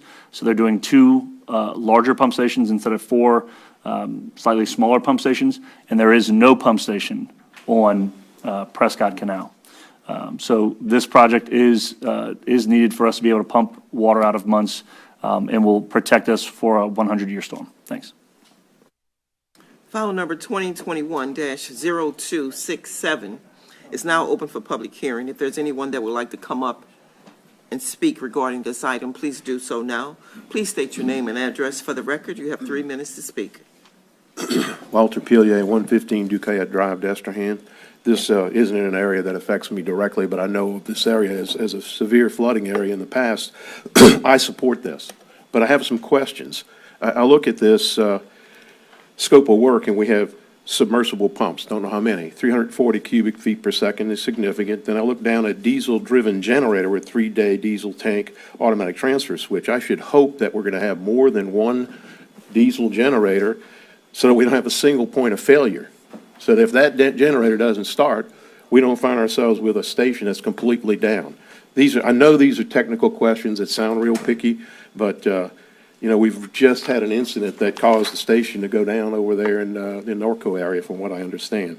The other thing I'd like to understand is the consultant will also propose and design drainage improvements related to managing runoff currently pumped by the Prescott Pump Station on Airline Drive, such that the Prescott Pump Station can be removed.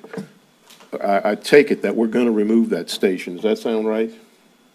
That's that little one that's on the north side of the airline highway. My question here is that this means that this will be a separate scope of work for them to propose and design this later on once they get this contract to do the basic scope of work. That's what I'm trying to understand. That's all I'm trying to find out. That's all I have. If I could get an answer to the question, I'd appreciate it. I will let Miles, I didn't fully hear the last question. I just wanted to point out that the pump failure in Norco was not generator related. We did have a generator-related pump failure in the parish. I know exactly what it was. Yeah. I'm just saying, if you have a single, if you have a single engine generator that's running multiple pumps, you reduce the opportunity for that system to work at part capacity if you lose that one generator. And the reason there's submersible pumps is because they have to pump over the guide levee, just like we do at engineers. I'm with you. I'm okay with that. And I didn't fully catch the last question, so I'll let Miles, if you did you catch it? Can you repeat the last question? It looks like the way this is worded is that the consultant will propose and design drainage improvements related to managing runoff later. And in this document, we're showing that somebody else has obviously provided the hydraulic and hydrologic work. All right, and so if there's additional work, does this paragraph mean that this contractor is going to have to come back and propose this work as a separate line item, or is this in their contract scope of work? That's the simple It's part of their scope of work, and the other question that you asked was about the current Prescott station. What we are doing is we're actually rerouting the water so that it will not go through the Prescott Canal. As President Jewell pointed out, the new work that the Corps is proposing will not have a pump station at the end of Prescott Canal out next to the lake. They are the Corps has actually been not in favor of keeping the Prescott pump station. That was a temporary pump station when it was permitted. It has been on their list to take out after they built the West Lake project, West Shore project, and they do, we looked at that as part of our design and our analysis with the East Bank Master Drainage Plan, so that we could operate without that pump station. And that's what this pump station does, is it takes the lower part of Muntz, it routes it to this point, and it puts it into the spillway rather than running it through the Prescott Canal. Thank you for the clarification. I'm with you. I support this. I just caution about the potential reliability of a pump station or pumps in a station, and that's all I wanted to bring to your attention. Thank you very much. Is there anyone else that would like to come up and speak regarding this item? Please do so now. You have 3 minutes. Please state your name and address for the record. Hey, good evening. My name is Kyle Galloway. I live at 1627 Patterson Drive in New Orleans, and I work for GIS Engineering. I'll be the project manager on this project. And I wasn't really expecting to speak today, but I thought I'd come up and address some of the concerns. So first, with regards to the generator, the primary power source would be Entergy for these stations, so the generator is a backup to that. And then I'd also like to point out, Mr. Bingham talked about the other pump station near the CN Railroad, and those two pump stations are hydraulically connected. They pump from the same basin. So if one of them were to fail, you wouldn't be without pumping capacity in that basin. You'd have the other one. So, there's always more redundancy you could add, but that comes at a cost to the parish. So we can certainly have those conversations with Mr. Bingham and his staff. But at some point, you got to make that cost calculation as to how many levels of redundancy can you afford to pay for. And then I think Mr. Bingham addressed everything with the Prescott pump station. So unless there are any other questions, that's all I have to say. Thank you. Is there anyone else that would care to come up and speak regarding this item? Please do so now. Seeing none, public hearing is now closed. Any council discussion? Ms. Cluley. Thank you, Madam Chair. This engineering is $900,000. Is there an estimate on what the cost of the project's going to be? I don't have that number in front of me, but I can get it to you. I think we've got like $10 million coming in for then you're looking. Timeline involved? This pump station will be the second one constructed. The first pump station, number one, is the primary emphasis. And that's not part of this? No, we already have a contract for that with GIS for the pump station number one. Same company, though? Yes, and the reason to use the same pump company is so that they design the stations in the same way. So that it makes sense to use them for both pump stations. It also allows them to link the two the way Mr. Galloway was talking about. So for us, this station is going to be designed to be built second. The first station takes care of a lot of the populated area in the southern part of Muntz. The second one takes a lot of the water that comes to us from the second part of Muntz. So it comes down the second part of Muntz is like the north side of Muntz? I would say that if you divide it into a couple of different things, you've got the water that comes through the coulee, and then you got the water that comes down the Parish Line Canal. This takes more of the Parish Line Canal. The other one takes more of the coulee. The watershed initiative that's going on right now, being St. John is right there, and there was some discussion about their water is being pumped by St. Charles Parish.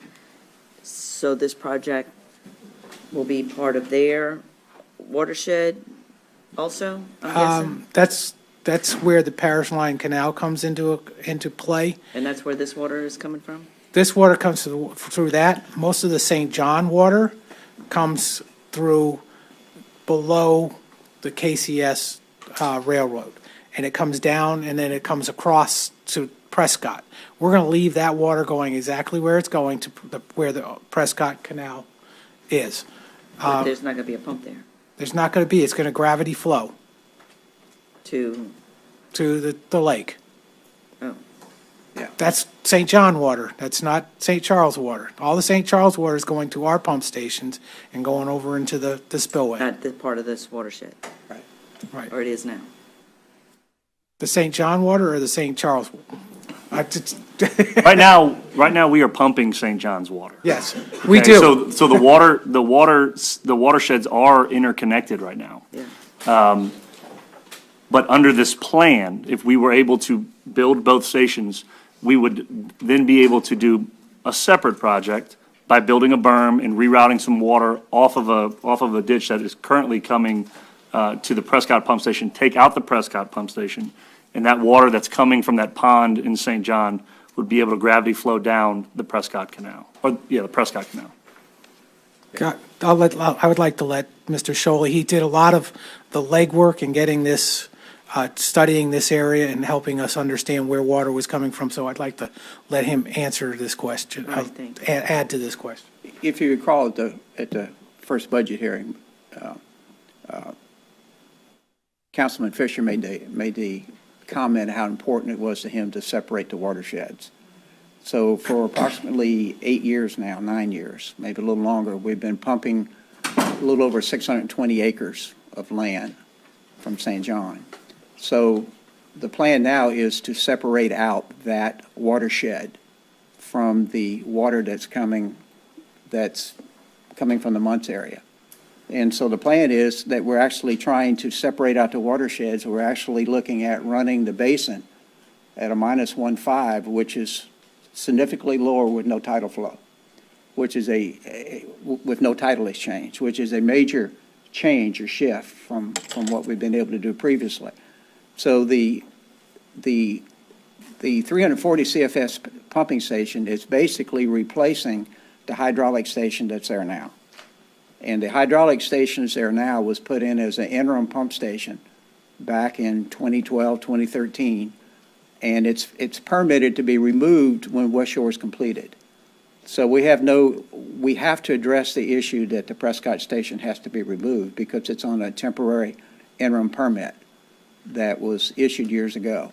So the 340 CFS pumping station is designed to take the water, as Mr. Miles said, is to take the water coming down the Parish Line Canal, but also it also drafts from the area where the 267 station is being built. Much like Destrehan 2, where you have two pumping stations on a common canal, one will draft to the other. So what the two stations do, it gives us the capacity. We're building almost 2.5 times the capacity of what's there right now with the hydraulic station. So it's very important that we be able to separate these watersheds because, as President Jewell was saying, there's not any way, had they even built the station at West Shore, had that station been built, there was no way to operate it, and there was no way to separate out the watersheds. In fact, we would have been pumping even more water from St. John than we currently do now. So the importance of the stations is to be able to put the additional design capacity, build it, pump it to the spillway, the opportunity to totally separate the watersheds. And then that puts us in control of all of the water that's being pumped from the Muntz area to the spillway. The spillway design is also the preferred way by DNR. They've already told us that. They prefer us to separate it and put it to the spillway and not continue to pump additional water out towards the marsh, out towards the levee that's being built on West Shore. So, and then keep in mind too that River Forest is a gravity feed subdivision. So by us pumping our water to the spillway, we are no longer pumping Muntz water towards that basin that River Forest also drains into. So there's a major benefit in being able to build the two stations to the to the spillway, and they are interconnected. I want to think add it's a one good thing. idea to go ahead and pump into the spillway as opposed Absolutely, to trying to. absolutely. Yeah. I would also add that we looked at improving the Prescott pump station, and the number that came out of that, trying to build that pump station, is significantly larger than the 387 because we would have to continue to pump all the water coming from St. John. So by separating ourselves from St. John and allowing the Prescott pump station to go, as Mr. Sam said about it being an inner one that the Corps wants to go away when the West Shore is built, we get ourselves away from that water and we can lower the size of the pump station we need to cover St. Charles Parish. At the last Corps meeting that they had for West Shore, the last update, the Corps made a clarification, a very strong clarification, that the stations being built at the West Shore levee are not designed for internal rainfall, that they are designed strictly for pumping out water after the fact, after the storm surge. So the very fact that the Corps is making the statement that the levee pump stations are not for internal drainage, it actually shows how important it is to build these stations. It also shows, too, that's why the Corps is so willing to work with us to permit them there, because they don't really have a good plan either how we would pump our heavy rainfall out. So, we ask for your support for the stations. It's a right move for the parish. And like I said, President Jewell is leading the effort to get to $10 million as a cost share. And we believe that that's likely going to happen. Ms. Fonseca. Thank you, Madam Chair. we've already issued the architectural engineering for the number one pump station earlier this year, right? That is correct. Okay, and that one's budgeted in current year budget, right? For the engineering, yes. So the 1.1 mil, excuse me, the 1.1 million that's in the 2022 budget is intended for this one? I think it does include this one, but I think it also has a little bit more from what we were doing last year carried over. Yeah, both stations are fully funded, engineering-wise. Yes. How much grant is budgeted in current year for the number one? And it would be Fund 123, correct, Sam? Right. In 2021 or 2022? 21. Only at 21. Yeah, Only same, at the 22. same thing. I'd have to pull it and see. I'd have to pull a 21 and So, see. okay, it doesn't matter. I've got my sheet, I can go get It's, it. it's Yeah, I was okay. looking forward to, I don't, Not Fund 123, it wouldn't be. Probably not. My point is that the funds to cover this architectural engineering agreement are not effective until January. So, are you still issuing notices to proceed on engineering contracts?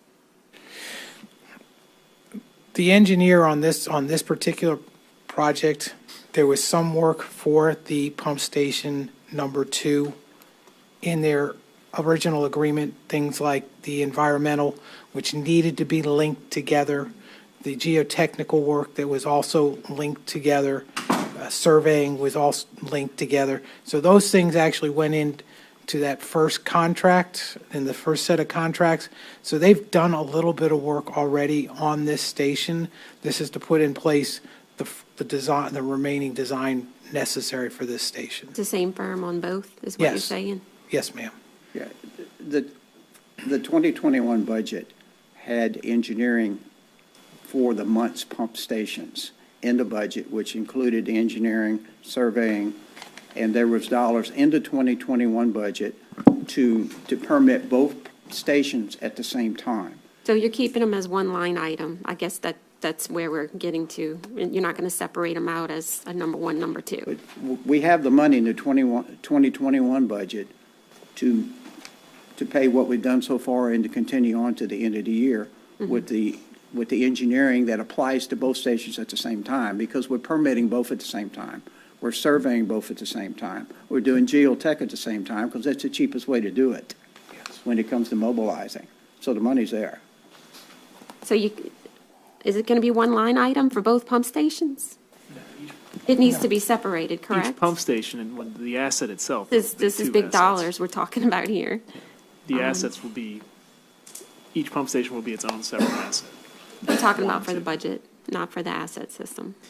In the budget for 22, we show 18 million as 2 pump stations, but, It'll be separated as two. well, yeah, and on our fixed asset system, there'll be 2 on the accounting system. How we track it, like when you look at our assets, you'll have I'm 2. not asking about fixed assets, I'm clear on that. Okay. But as far as budget, we've never combined 2 major projects in one line item like this, millions of dollars. Yeah, I mean, we So I'm show- trying to get clarity on, are y'all just lumping them together, considering them, The budget shows months pump station 18 because they're the million, same that's 2. engineer, you're keeping them both in one line item, or? I think we have 2 different projects for project numbers and engineering for these 2 pump stations. So we can separate them. Well, they are separated. When you apply for the permitting, They're not separated in the budget. That's my only concern here. So I support this, and I'm also going to say that, this is just getting both of these pump stations shovel-ready. There's a high likelihood that CPRE will fund the majority, if not all, of both of them. My only thing is the budget. That's all.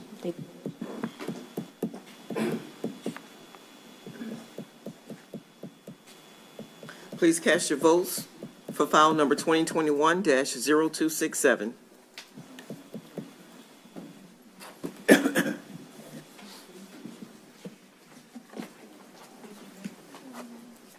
And that passes unanimously.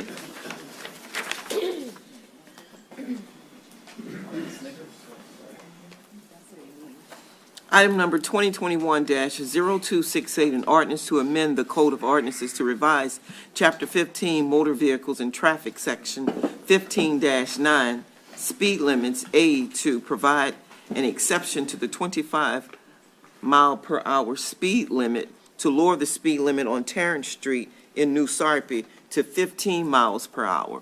There's a discrepancy which needs clarification as it relates to the official name of E. Terrence, which is joined with Terrence Street. Once the discrepancy is addressed, the speed limit matter will be revisited. So Mr. Fisher would like to have this postponed indefinitely.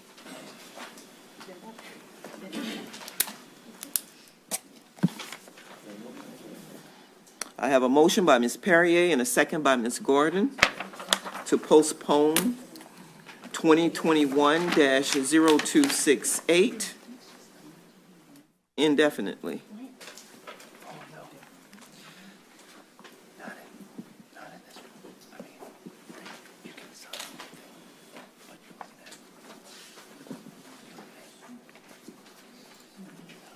And that passes unanimously. Item number 2021-0269, an ordinance to approve and authorize the execution of the act of sale by St. Charles Parish to Donna Zanka, wife of Glenn Ebear Jr., for certain property being portion of Lot 26 Armand Plantation Estates in Square 6, measuring approximately 31.17 by 175, Destrehan, Louisiana, in the amount of $26,000. Mr. Ubry. Mr. Ub.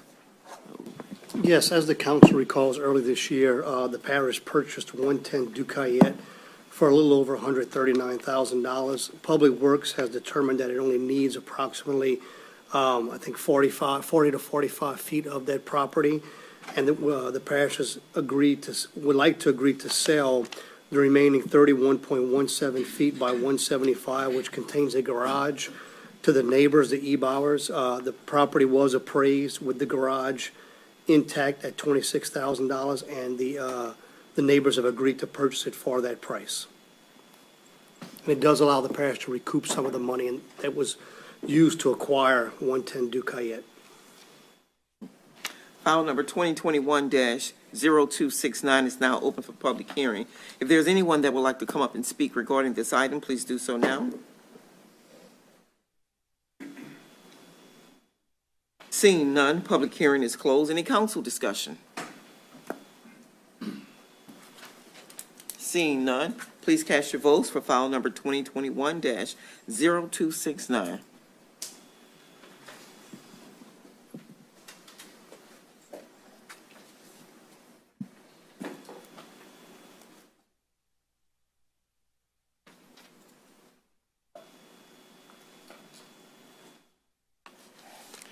And that passes with Ms. Perrier out for the evening. Item number 2021-0270, an ordinance to amend the St. Charles Parish zoning ordinance of 1981, Appendix A, as amended, Section 6, zoning district criteria and regulations in order to permit transmission towers in the OL zoning district as a special permit use. Mr. Albert. Thank you, Madam Chair. My staff specifically prepared this at the request of council.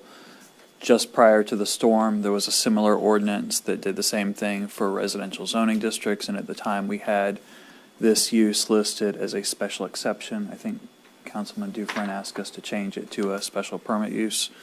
We've done that, and that's the ordinance before you. File number 2021-0270 is now open for public hearing. If there's anyone that would like to come up and speak regarding this item.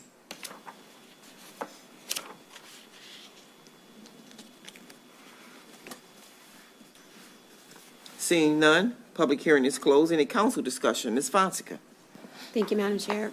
Michael, I know Mr. Toste was here the last time this came up and sort of prompted the council request. As it stands with this ordinance to amend the previous one, is the treatment of the OL zoning going to be identical to all of the others? Yes. Where it will require special permit use, and with special permit use, does it come back before council? Only if it specifically says that, and in this case, it doesn't. It stops at the planning commission. Okay, so in all of the cases, it'll Correct. it'll go just to planning commission, correct? Okay, thank you.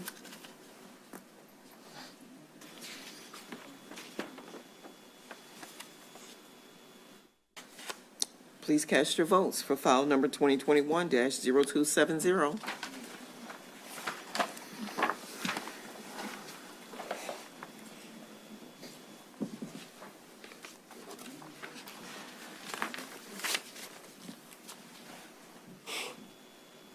And that passes unanimously.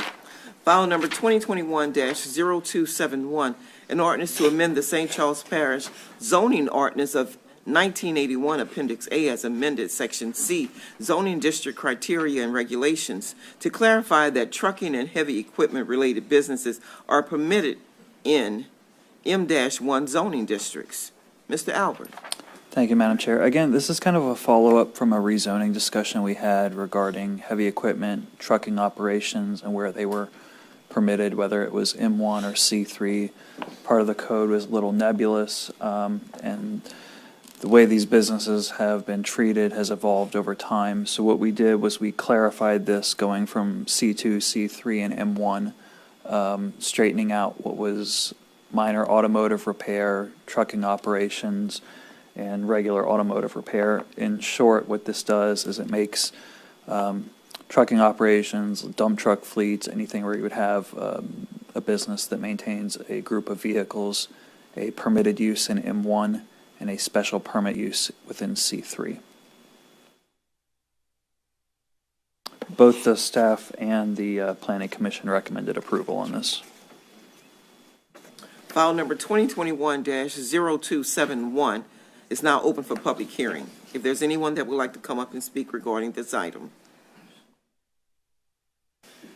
Seeing none, public hearing is closed. Any council discussion?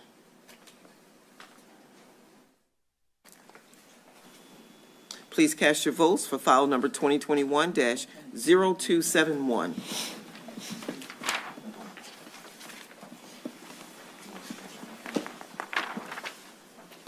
And that passes unanimously. File number 2021-0283, an ordinance to approve and authorize the execution of a cooperative endeavor agreement between St. Charles Parish and the Louisiana Department of Veteran Affairs for the provision of office space located in St. Charles Parish Courthouse, 15045 River Road in Hornville. Mr. Raymond. Thank you. This is our the parish's annual CEA with the Louisiana Department of Veterans Affairs. It's always a one-year agreement, calendar year, January 1st to December 31st. So our current one's expiring on the 31st of next month. And this is allowed through a Louisiana revised statute for this agreement to take place between the Veterans Affairs Office and municipalities. And it's a stipulation in there that basically says the Department of Veterans Affairs can pay no more than 70% of the cost for operations and maintenance, and the same statute allows the parish to participate in this type of agreement. The agreements normally fluctuate a little bit. In 2018, the parish was paying as much as $8,000. This current year, we're paying $215 a month, and the new agreement will be for $249 a month. So it's about a $400 increase. But overall, we've been, for the last few years, been looking at a decrease in it. So that's what we're looking at here, and I'll be available for any questions. File number 2021-0283 is now open for public hearing. If there's anyone that would like to come up and speak regarding this item.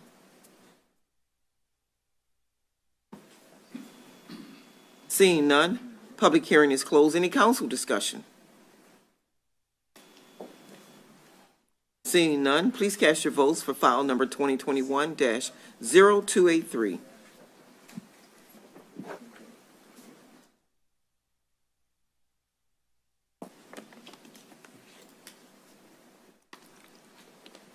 And that passes unanimously. Appointments. File number 2021-0262, a resolution appointing a member to the St. Charles Parish Board of Adjustments as the District 2 representative. Council will confirm nomination from the District 2 council member to fill the vacancy created by the expiration of the term of Mr. Randy Love for a 4-year term to begin December 7th, 2021 and expire December 7th, 2025. Nominee, Ms. Vicki Carter. Please cast your vote to confirm the appointment of Ms. Vicki Carter to the St. Charles Parish Board of Adjustments as the District 2 representative.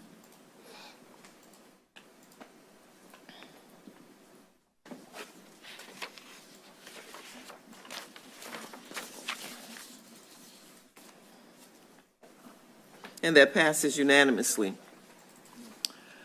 File number 2021-0263, a resolution appointing a member to the St. Charles Parish Board of Adjustments as District 4 representative.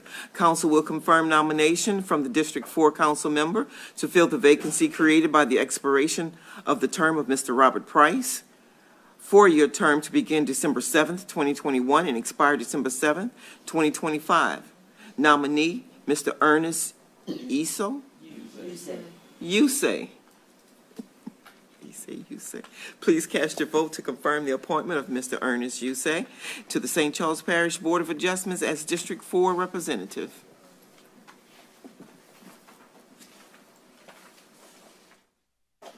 You say, I say. And that passes unanimously. File number 2021-0264, a resolution appointing a member to the St. Charles Parish Board of Adjustment as the District 5 representative. Council will confirm nomination from the District 5 council member to fill the vacancy created by the expiration of the term of Ms. Lori E. Brown, 4-year term to begin December 7th, 2021 and expire December 7th, 2025. Nominee, Ms. Keandra Milligan. Please cast your vote to confirm the appointment of Ms. Keandra Milligan to the St. Charles Parish Board of Adjustment as the District 5 representative.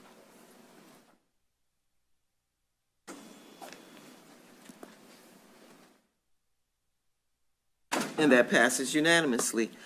File number 2021-0265, a resolution appointing a member to the St. Charles Parish Board of Adjustment as the District 6 representative. Council will confirm nomination from the District 6 council member to fill the vacancy created by expiration of the term of Ms. Katina Summers, 4-year term to begin December 7th, 2021 and expire December 7th, 2025. Nominee, Ms. Katina Summers. Please cast your vote to confirm the appointment of Ms. Katrina Summers. Oh, it is Katina? Yeah. Okay, Katina Summers to the St. Charles Parish Board of Adjustment as the District 6 representative.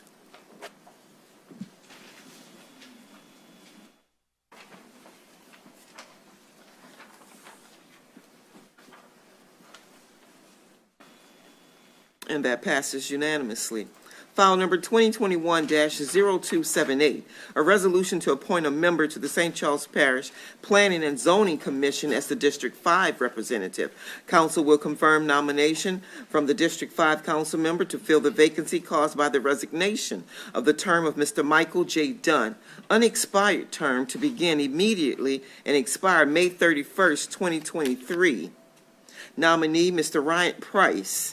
Please cast your vote to confirm the appointment of Mr. Ryan Price to the St. Charles Parish Planning and Zoning Commission as the District 5 representative.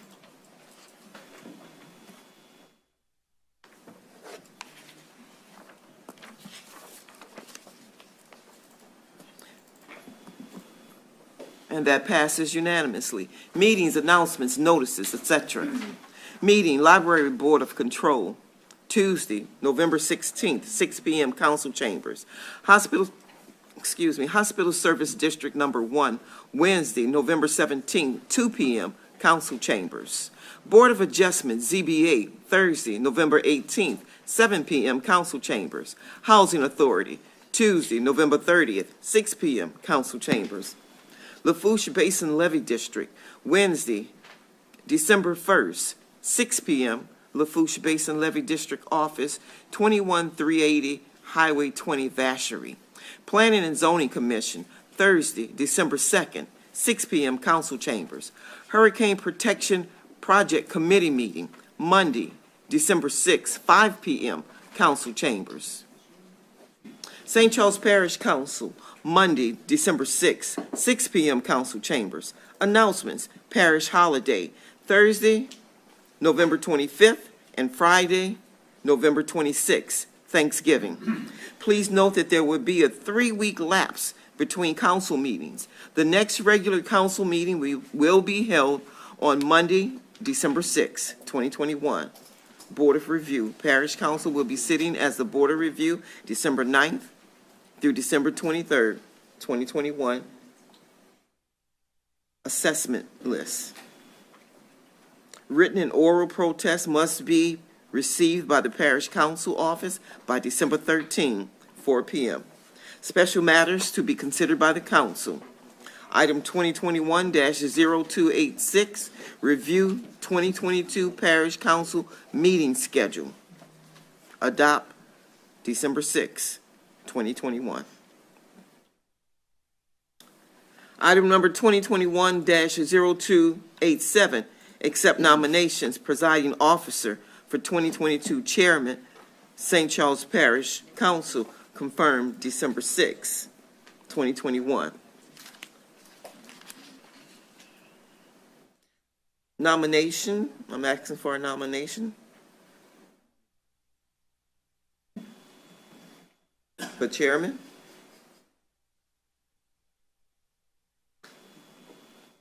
I have a motion. Yeah, you gotta nominate somebody. I nominate Bob Fisher. Mr. Fisher has been nominated for chairman. Any more nominations? Yeah, I'd like to nominate myself. Yourself. You can go back to that. Right. No.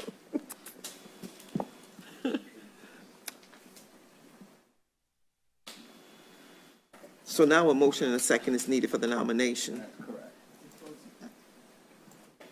I have a nomination from Ms. Cluley and a second by Mr. Gibbs for the nomination of Mr. Fisher. I'd like to close the nominations. Please cast your votes to close the nomination.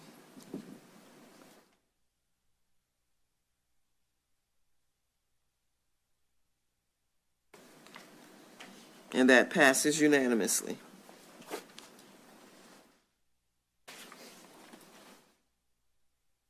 Item number 2021-0288, accept nominations, presiding officer for 2022 vice chairman, St. Charles Parish Council, confirmed December 6. I need a nomination. I'd like to nominate Ms. Julia Fisher-Perrier, please.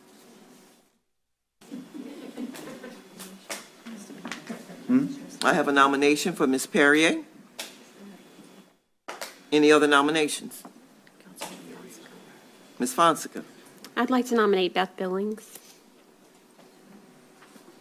Ms. Billings as a nomination. We have nominations of Ms. Perrier and another nomination, the second nomination for Ms. Billings.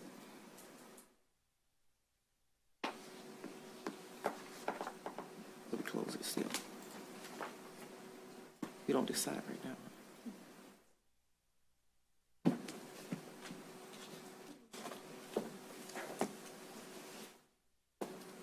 Second motion closed.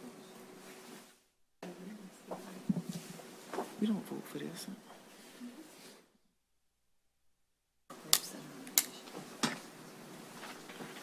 Not to vote on these two, right? What's the discussion? Please cast your votes to close the nominations.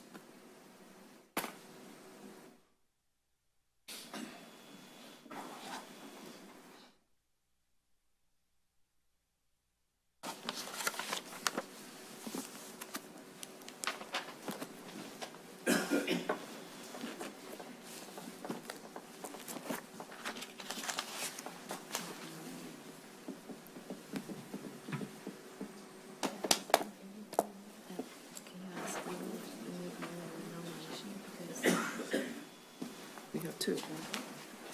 What are we doing?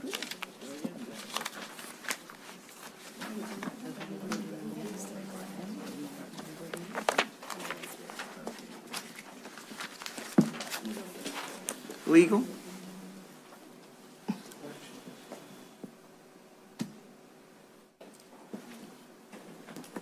Can they have more than one nominee for this appointment? Yes. They can.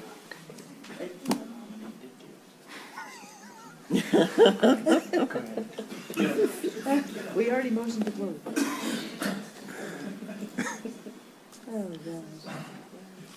Please cast your votes. We have two nominations, two nominees. We're voting to close the nominations.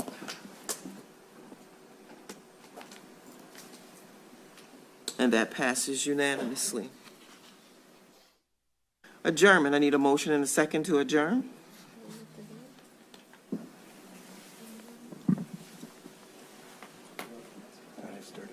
Next meeting, December 6th.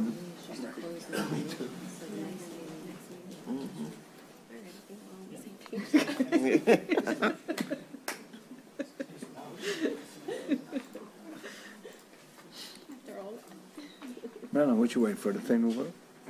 Shake it.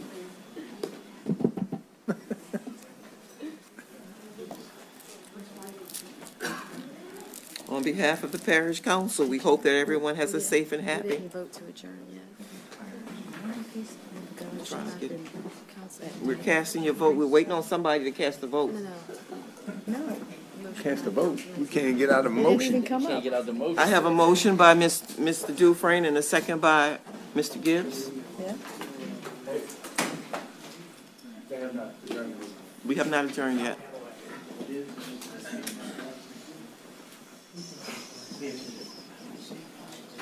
Sam, let's wait until they adjourn the meeting, please.